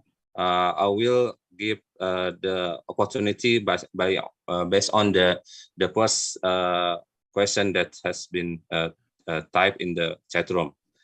The first question is from Pak Yuliadi from PTBS to Pak Slamet. The question is, biomass co-firing has great potential from oil palm trees, but there are still many obstacles, including availability, high investment related to the availability of a lot of machining technology from China. Also the high content of CI and potassium, chlorine and potassium, and in the raw material. For that, what about TechMar's opinion for these conditions? And the second question is from Pak Nurholis, is still to Pak Slamet. Just have a quick question. In aspect of technology, is it possible in the future that pyrolysis process will be done by the supplier, community or vendor, so that the economic impact will be multiplied? In the same time, the process of checking and this quality of material supply by power plants will be easier. The second, and for Pak Edi Wibowo, there's a question from Pak Sidik Ganda. There are many sources of coal-fired power plant. Which one can direct mix with coal, and which one need to treat it and convert to charcoal? How cost the price? And the third one is for all from Bu Nastaina for IMP. Are there any incentives for mining company or wood pellet producer when they support the biomass co-firing? That's the first session of this discussion. To Pak Slamet and Pak Edi and to all speakers who may answer the question for this session, the first session of discussion. For Pak Slamet, please give the response to this question. Thank you. Mr. Moderator, and thank you for Mr. Yuliadi from PTS for the best question. My opinion is the characteristic of the biomass will determine the mix process with the coal. So this is to prevent slagging and falling in the furnace. The cyclone burner made by Techmira has the advantage of anti-slagging and falling due to its cyclone safe combustion properties. And for high content of chloride and potassium, it is necessary to treat the biomass in the form of a process like process de-icing or demineralization. That is my opinion and my answer for Mr. Yuliadi. And next question from Mr. Nuhalis from ITM. The question is, and my answer is, pyrolysis technology can be made domestically. Techmira can help you or everyone who wants to this technology. Techmira can help to design and manufacture equipment for this pyrolysis technology. Especially Techmira already have patent for cyclone burner which can be used for this technology. That is my answer for two questions. Okay, thank you, Pak Slamet, for the answer. I believe that quite satisfying for the answer. And the next is for Pak Edi. Please, Pak Edi, answer the second question from Pak Sidik Ganda.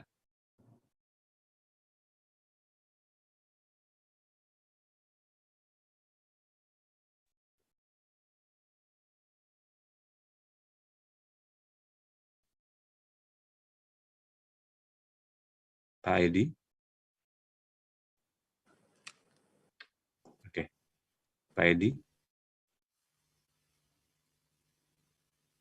I'm sorry, the Wi-Fi my Wi-Fi network was interrupted. Can you repeat the question, maybe? The question is, there are so many sources of coal-fired power plants. Which one is can be direct mixed with the coal, and which one is needed to treat it and convert to charcoal? How cost the price? That's the question, Pak Edi. Yeah, I think related the price is still if we use the biomass the price will be same with the calorie of the coal, and we make based on the coal and use the biomass calorific with the factor of. We also use the deal with the negotiate from the supplier and power generation to make this.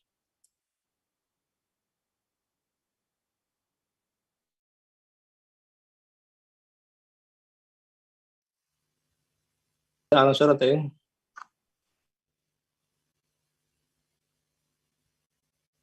Okay, thank you, Pak Edi, for the answer. The next question is also, I think, is for Pak Edi as well. Are there any incentives for mining company or wood pellet producer when they support the biomass co-firing? Please answer the question, Pak Edi. Pardon? Are there any incentives for mining company or wood pellet producer when they support the biomass co-firing? Okay, recently there is no incentive for mining company or wood pellet producer, but the mining company can be obtained from carbon trading and coal-fired power plant using more environment fuel, and also we inform you that in draft of our regulation, supplying biomass will reduce the compulsory of DMO of coal. In terms of the incentive for wood pellet, we provision.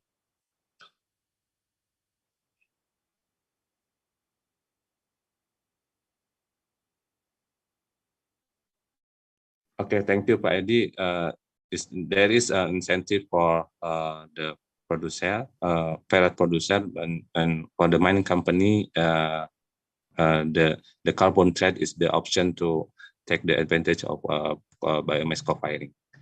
And the next one is for Pak Wiluyo.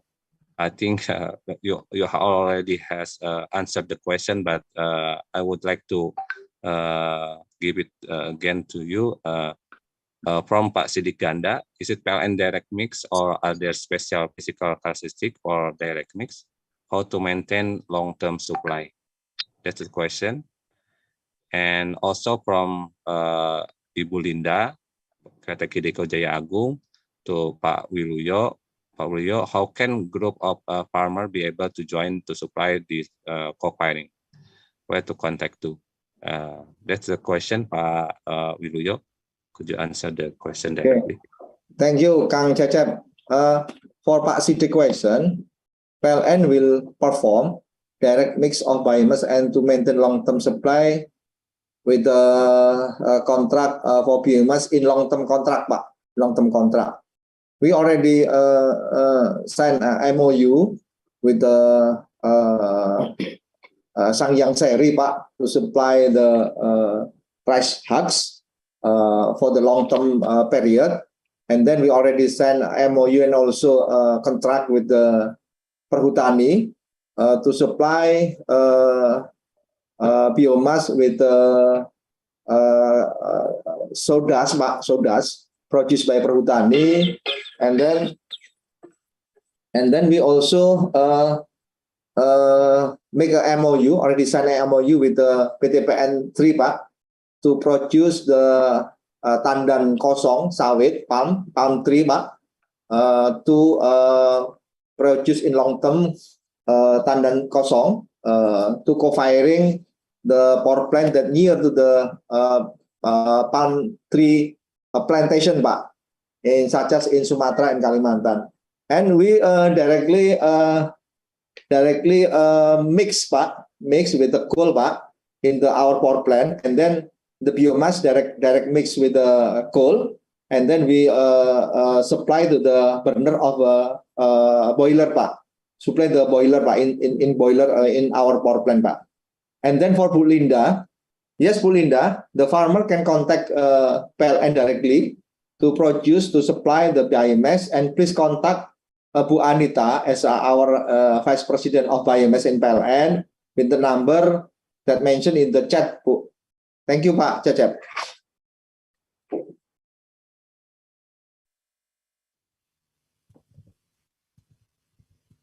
Pak Cecep. Thank you, Pak Wiluyo, for the answers. There are so many questions for you, but I think I need to spare for other speakers. And yes, Pak Cecep, we will directly answer the question by the typing the answer, Pak, in the chat box, Pak. Okay, thank you, Pak Wiluyo. Thank you, Pak Cecep. The question from Mr. Jungkoon from Korea, I think it's for Pak Edi. In the aspect of sufficient supply of biomass fuel like wood pellet or chip, we have to consider the target figure would be achieved subject to plentiful resources. In Indonesia, is there abundant biomass resources to be supplied to Cofiring? I think you may answer the question, Pak Edi. Yeah, I think Indonesia is abundant biomass for Cofiring, and as we mentioned, like sawdust, reshas, and tadi juga disebutkan Pak dari PLN terkait dengan cangkang sawit, kemudian juga how to maintain the potential for the biomass to supply this. The government optimistic with the collaboration and synergy with government, Ministry of Energy and Mineral Resources, Ministry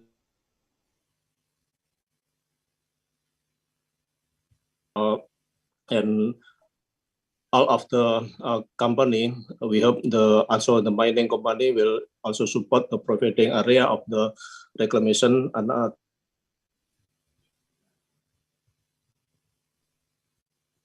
we don't worry with the feedstock of biomass for the power generating.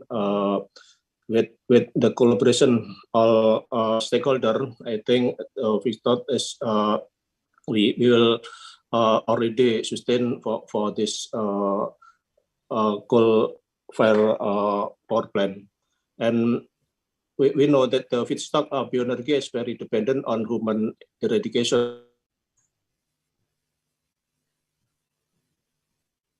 Continue to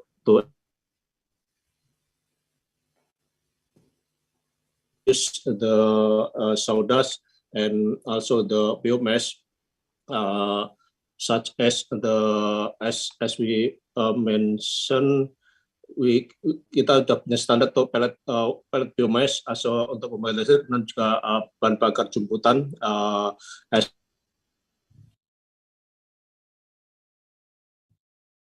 We have the SNE standard for the wood chip for this for the portion, and also we have the wood chip and also cangkang sawit untuk pembangkit listrik. Jadi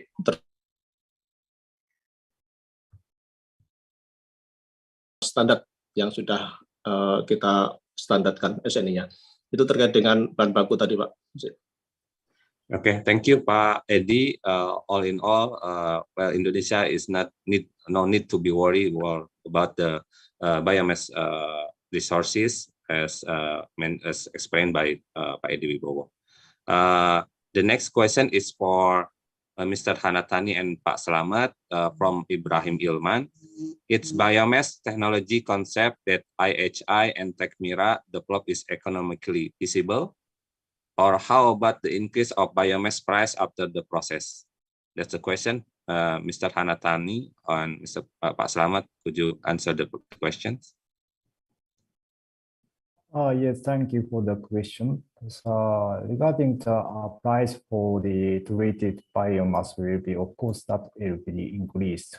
But in case of the biomass from the palm plantation, the contents of the alkaline and chlorine is very high. It is impossible to fire to higher rate in boiler.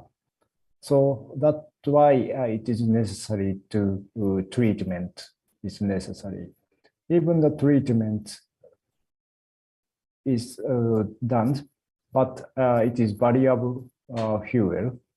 It's in Japan that is good for the fuel in consideration. Okay, and it's your turn, Pak Slamet, to answer the same question. Thank you. Question from Mr. Ibrahim.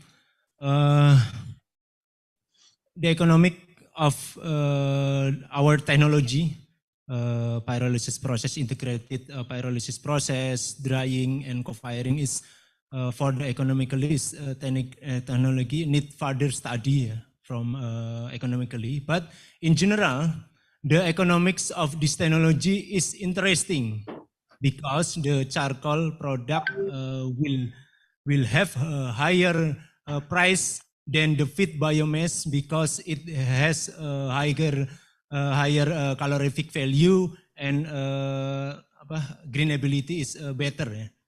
And if the selling price of charcoal is still in accordance with the price set by PLN, then this technology is commercially feasible. Another interesting about this technology is that the high energy required for pyrolysis is supplied by the charcoal product itself, plus coke oven gas as a byproduct of the pyrolysis process.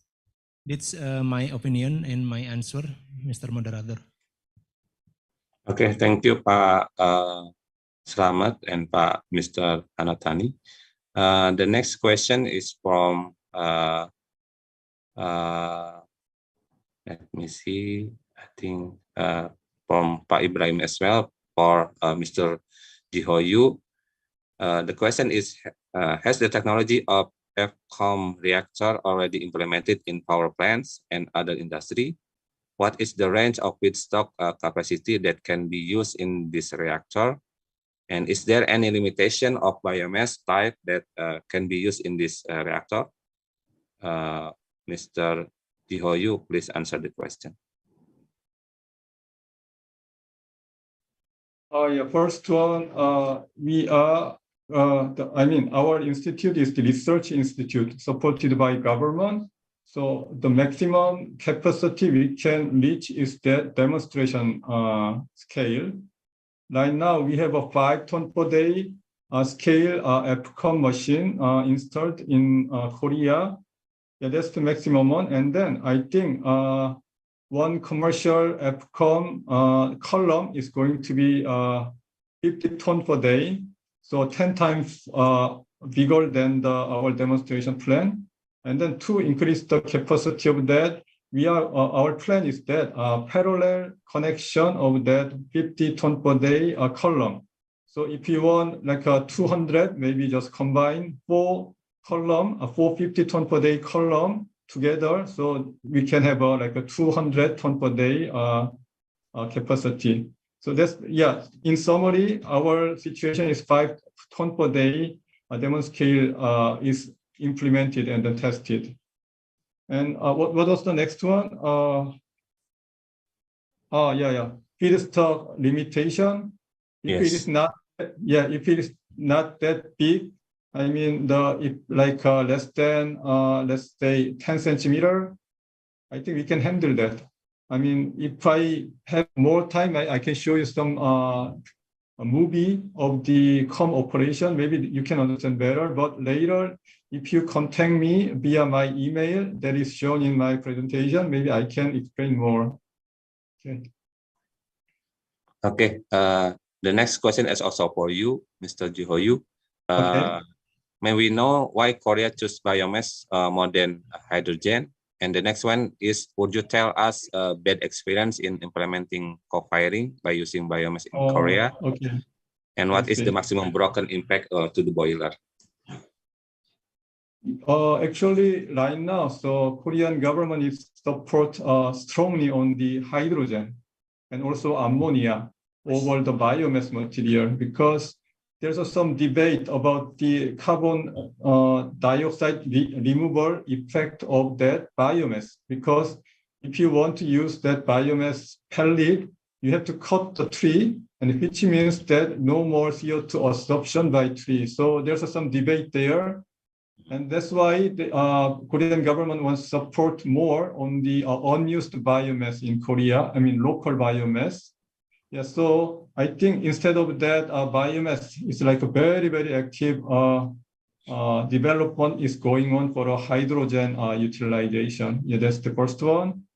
And the second one was the corrosion issue is the biggest issue in Korea for co-firing.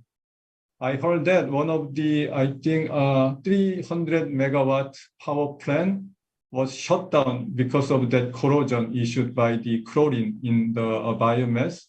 So I think they are very serious about that issue. So maybe for a selection of fuel, they are very careful about that stuff because of that corrosion issue.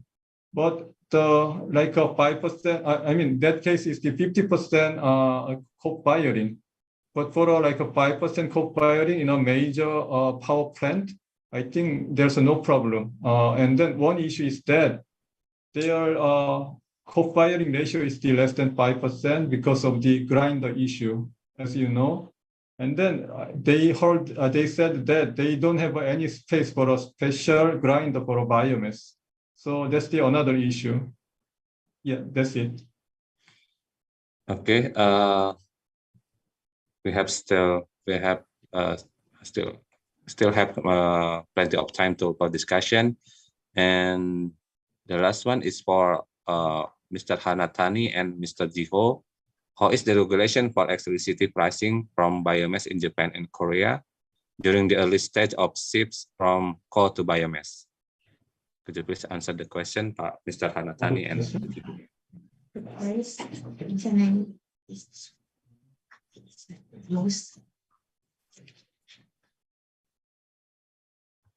Mr. Hanatani, could you please answer the question for the question from Pak Morris Tanto, I'm sorry, from Pak Anis from Perhutani. How is the regulation for the electricity pricing from biomass in Japan and Korea during the early stage of the shifts from coal to biomass?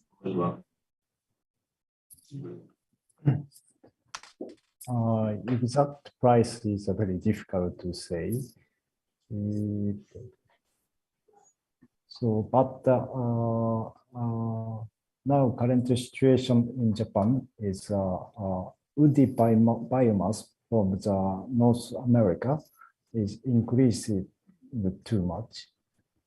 So that is a situation. So now in Japan also expanding the many kind of the biomass to apply the coal-fired power plant. So not only the woody pellet, we are also the palm pellet will be applied.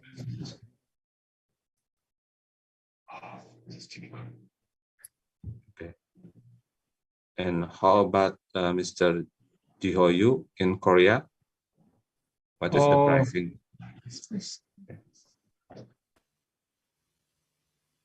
Okay, you might continue to answer the questions. Okay, yeah, you said a best practice to apply co-firing coal biomass program at a competitive and efficient price of biomass. Actually, it's very not very welcomed by Korean society because Korean government is pushing for a use of the unused biomass in Korea instead of importing pellet or like a wood chip from outside. Because if you get a woody biomass from Korean unused biomass material, the price is going to be like more than 200. Actually, it's about maybe $250 per ton. So it's difficult to match the economic feasibility. And so what they said is they want more incentive from the Korean government. So there's always issue, between the government and then actual power plant. So that's one of the issue. So after 2019, Korean government increased the incentive, I mean, via the REC system, which is the 1.5 to 2. So which makes quite the business more visible. So that's the one cases. And then the top 3 success factor to initiate the co-firing coal biomass program of maybe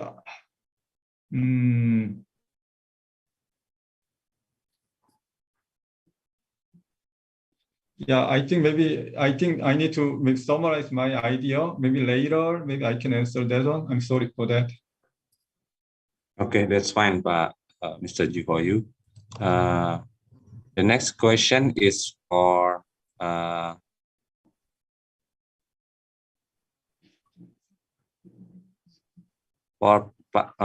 Wiluyo from Pak Murastanto. The question is, previous director of mega projects several times request DMO for guarantee the supply of biomass domestically. Is PLN still request this policy to make the supply of biomass sustained, while in the other parties refuse that policy? Pak Wiluyo, could you answer the question from Pak Murastanto?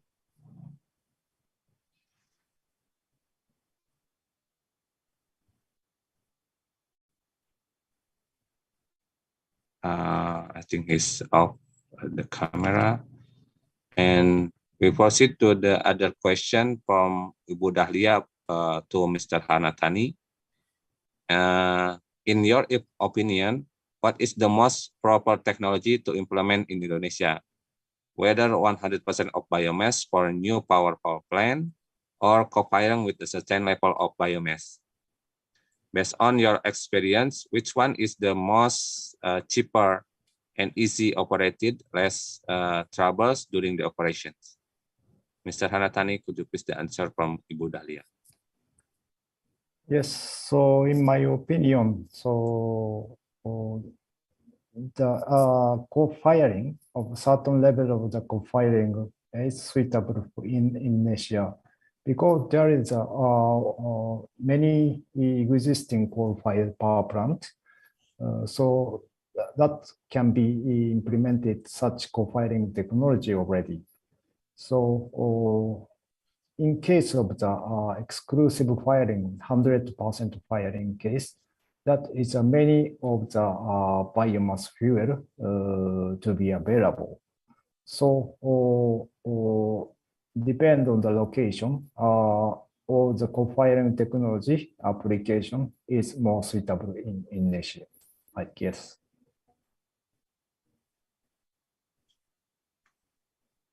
Okay, thank you for that. Can I talk for that 3 success factor? Which one? You mean that the same question? I mean 3 success factor that you asked me before? Yes. I think in nature, the price of biomass in Korea is much more expensive than the coal, so cannot compete regarding the economic. So the first one that should be done is the government support. I mean, via the REC system or emission trading system, there should be economically feasible. I mean, that's the first option, success factor. And the second one is the quality. I mean, if you increase that co-firing ratio, they have to worry about the alkali issue. I mean, there's a slagging and then fouling issue. And also, I already commented chlorine or a corrosion issue there. So maybe technical issue there. So maybe that should go with that technical support. And then third one is the stable supply in Korea. Usually unused biomass in Korea is not like a stable supply there. I mean, sometimes they have like a fire in the mountain area that produce a lot of unused biomass material, or some some thick trees there. I mean, they have to cut that, and then there's another supply that is that unstable. So that's why Korean government is pushing for like organic waste. I mean, the animal manure and then food waste material as a solid fuel. because they do that. They have quite nice, well-equipped logistic system. I mean, gathering collection system in Korea, so which guarantee the stable supply of that biomass. I know we have to worry about the high ash content of the animal manure and organic waste material, but still you think you have like a stable supply of that one. So that's going to be another success factor. That's my thought. Okay, that's it. Okay, thank you. Your answer also for Pak Gandhi regarding the implementation of the biomass in Korea. The last question is from Pak Asep Permana. It's for Pak Edi. It is well known that the majority of biomass sources comes from palm oil, which encourages deforestation. Is there any strategy to encourage sources from agriculture waste or urban waste? Pak Edi, could you please answer the question from Pak Asep Permana? Just a moment.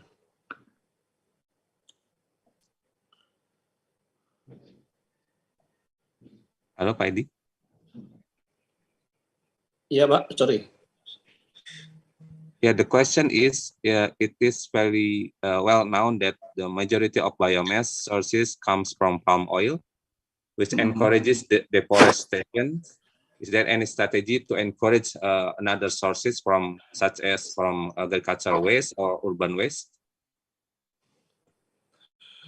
Yeah, I think the strategy for this, we collaborated synergy coordinated with government, like Ministry of Mineral Resources with the Ministry of Forestry and Environment, also BUMN, such as Perhutani, PTPN, also the other company, also mining company to make up to providing area the reclamation and refrigerated with the plantation with the plan of energy such as Kaliandra and others. So we don't to depend from the palm oil, but we have the other trees with the other plan with the energy as biomass feedstock for this. Okay, thank you, Pak Edi. It's quite clear that the palm oil is not the only source for the biomass. The Ministry of Energy and Resources is exploring another source from the such as the one that mentioned by Pak Asep. Well, it's we have reached the time limit of discussion sessions for 30 minutes. I'm sorry for any other question that has not been answered by the speakers, but if you're willing to discuss more about the topic, you may contact the speakers by person.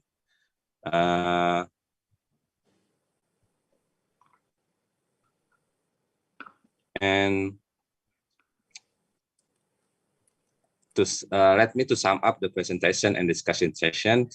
From the first part of presentation, we could collect the practical challenges from actors and sectors from the front lines of implementing coal biomass co-firing.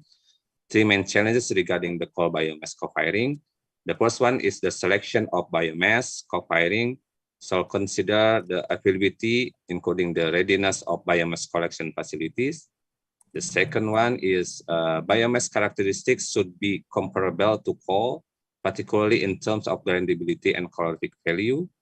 Hence, the potential of co-firing implementation will be enormous. One of the solutions for these challenges is through coal biomass pyrolysis co-firing technology provided by TechMira. The third aspect of biomass co-firing, the price of biomass must be economically acceptable by the industry sectors.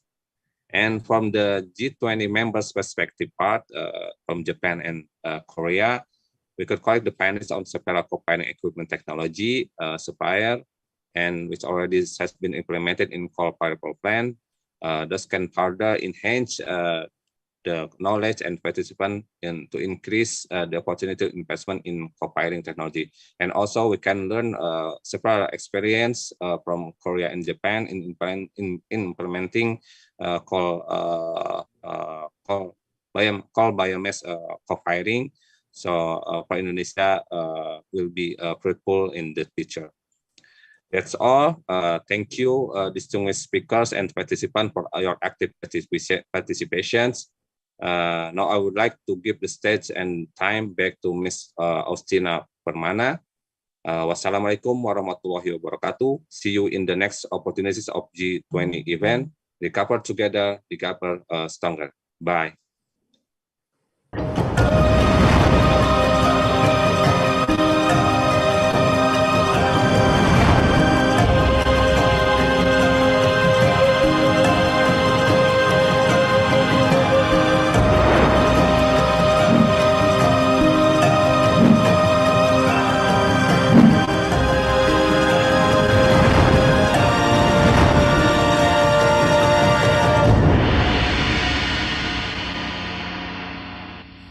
Thank you so much for all of the great speakers for the food for thoughts, and thank you, Mr. Cece, for leading such a lively discussion. We're confident that the presentation and the discussion could accelerate the implementation of co-firing as part of the energy transition in Indonesia and other G20 members. As we're approaching to the end of our event, we're going to hear two closing remarks. The first one is from Mrs. Lana Saria, Director of Coal Business Development, Ministry of Energy and Mineral Resources, Republic of Indonesia.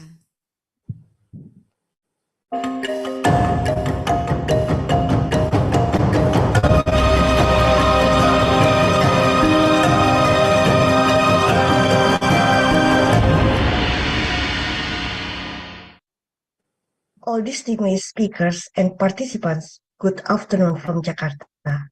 It's my pleasure to conclude this insightful webinar. In today's webinar, we have been sailing through two main sessions of this webinar, national perspective and G20 perspective. From the first session of webinar, we could collect the practical challenges from actors and sectors in the national levels who are situated at the front lines on implementing full biomass co-firing. In general, there are three main challenges regarding to the coal biomass co-firing. First, the potential quantity of biomass must be substantial and its supply must be reliable. The selection of biomass for co-firing shall consider the availability, including the readiness of biomass collection facilities. Second, biomass characteristics should be comparable to coal, particularly in terms of grindability and calorific value. If both of these biomass characteristics are similar to coal, then the potential of co-firing implementation will be enormous. One of the solutions for this challenge is through coal biomass pyrolysis co-firing technology provided by Techmira. Third, the price of biomass must be economically acceptable and according to the price of biomass that is already set in the regulation in order to ensure the continuity of biomass supply. As a party that has experience in carrying out co-firing tests, Indonesia State Electricity Company, or PLN, also has shared the best practices of co-firing at coal-fired power plants in Indonesia. Until May 2022, there are 32 of 52 state-owned coal-fired power plants in Indonesia that have implemented coal biomass co-firing. However, approximately 90% of all biomasses used for co-firing are sawdust, as its properties is already identical to pulverized coal. To increase the variability additional testing and implementation of co-firing using other biomasses are required. All participants in today's webinar recognize the importance of this coil biomass co-firing potential, issues and challenges, and that government around the world can further implement coal biomass co-firing in coal-fired power plants. To that end, the value of international dialogue and exchange of best practice cannot be underestimated, including through this year's G20 energy agenda. Moving forward, we are planning to amplify the recommendation, practices, and experiences on coal biomass co-firing in strengthening the key deliverables of G20 ETWG in ministerial level. I do hope we could see you again in the next webinar series of G20 Indonesia's Energy Transition Forum. Thank you very much. Thank you very much, Mrs. Lana Saria, for the closing remark. And now the second closing remark is from Mr. Prahoro Yulianto, co-chair of ETWG.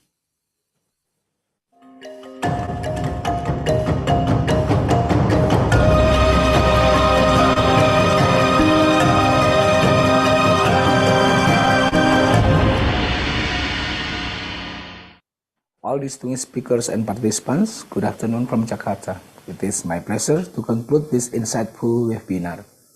In today's webinar, we have discussed two main sessions of this webinar, both from a national and G20 perspective.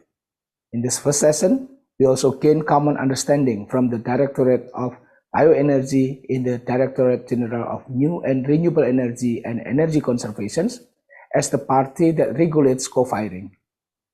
Besides policies and regulations, national standard has also been developed to ensure the quality of the biomass supplied to the power plant does not affect the existing equipment. From the second session on G20 perspective in coal biomass co-firing, we collected several findings on co-firing equipment technologies, supplier which has been implemented in coal-fired power plants. Webinar participants are introduced to several technological advances which will further enhance participants' knowledge and increase investment opportunity in co-firing technology, thus accelerating energy transitions toward renewable energy. All participants in today's webinar have recognized the importance of coal biomass co-firing potentials, issues, and challenges, and that governments around the world can further implement coal biomass co-firing in coal-fired power plants. To that end, the value of international dialogue and exchange of best practices cannot be underestimated, including through this year's G20 energy agenda. Moving forward, we are planning to amplify the recommendations, practices, and experiences on coal biomass co-firing in strengthening the key deliverables of G20 ETWG in ministerial level. I hope to see you all again in the next webinar series of G20 Indonesia's Energy Transition Forum. Thank you. Thank you, Mr. Prahoro Yulianto, for the closing remark. And now for our last agenda. We are going to give giveaways for the most active participants who have been so great following and participating in our webinar. All right, so be ready. Make sure that you are one of them, all right? The first winner is Bapak Yuliadi from PT BST, and then Bapak Nurholis from ITM, and then Ibu Nestaina from IMP, Bapak Sidik Gandana, and then Ibu Linda G/ESG from PT Kideko Jaya Agung, and then Bapak Ibrahim Ilman, Ibu Anya, and then for the eighth winner is Bapak I Bawa Santoso, and then Bapak Pulung Peranginangin from PT Astaka Dodol. And last but not least is Ibu Anis from Perhutani. Congratulations for all the winners, and make sure that you contact the committee on Zoom chat. Okay, so before you leave the meeting room, don't forget to contact the committee on the Zoom chat. All right, so I guess that would be all for our events today. That would be the last item on the agenda today. We hope that this webinar provides technical insight to accelerate the implementation of co-firing as part of the energy transition in Indonesia and other G20 members. And don't forget that we've got an upcoming event. The upcoming event is Book Review Tambang Transformatif. Make sure you don't miss it. All right, on behalf of the entire committee, I am Austina Permana. I would like to thank our respected guests and speakers. Mr. Yudo Dwinanda Priyadi, Chair of Energy Transition Working Group or ETWG. Mr. Prahoro Yulianto, Co-Chair ETWG. Mr. Ridwan Jamaluddin, Director General. Mrs. Lana Saria, Director of Coal Business Development, Director General of Mineral and Coal. Mr. Eddie Wibowo, Director of Bioenergy, Director General of New Renewable Energy and Energy Conservation. Mr. Wiluyo Kusdwiharto, Director of Mega Project and New Renewable Energy PT PLN.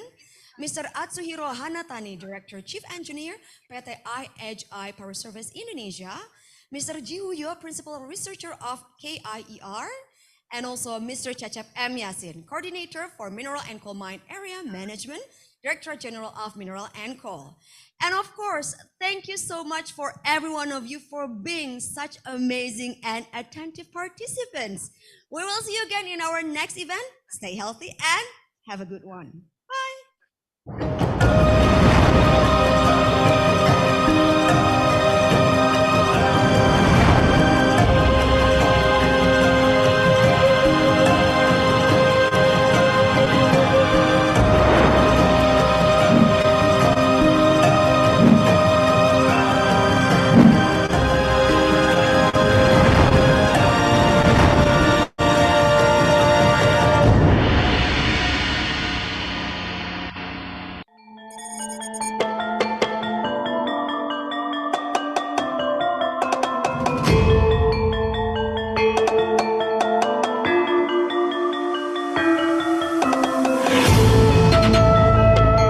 Sobat Energi semua, kali ini Minergi sedang berada di Yogyakarta untuk mengikuti persidangan ETWG ke-1 di Yogyakarta.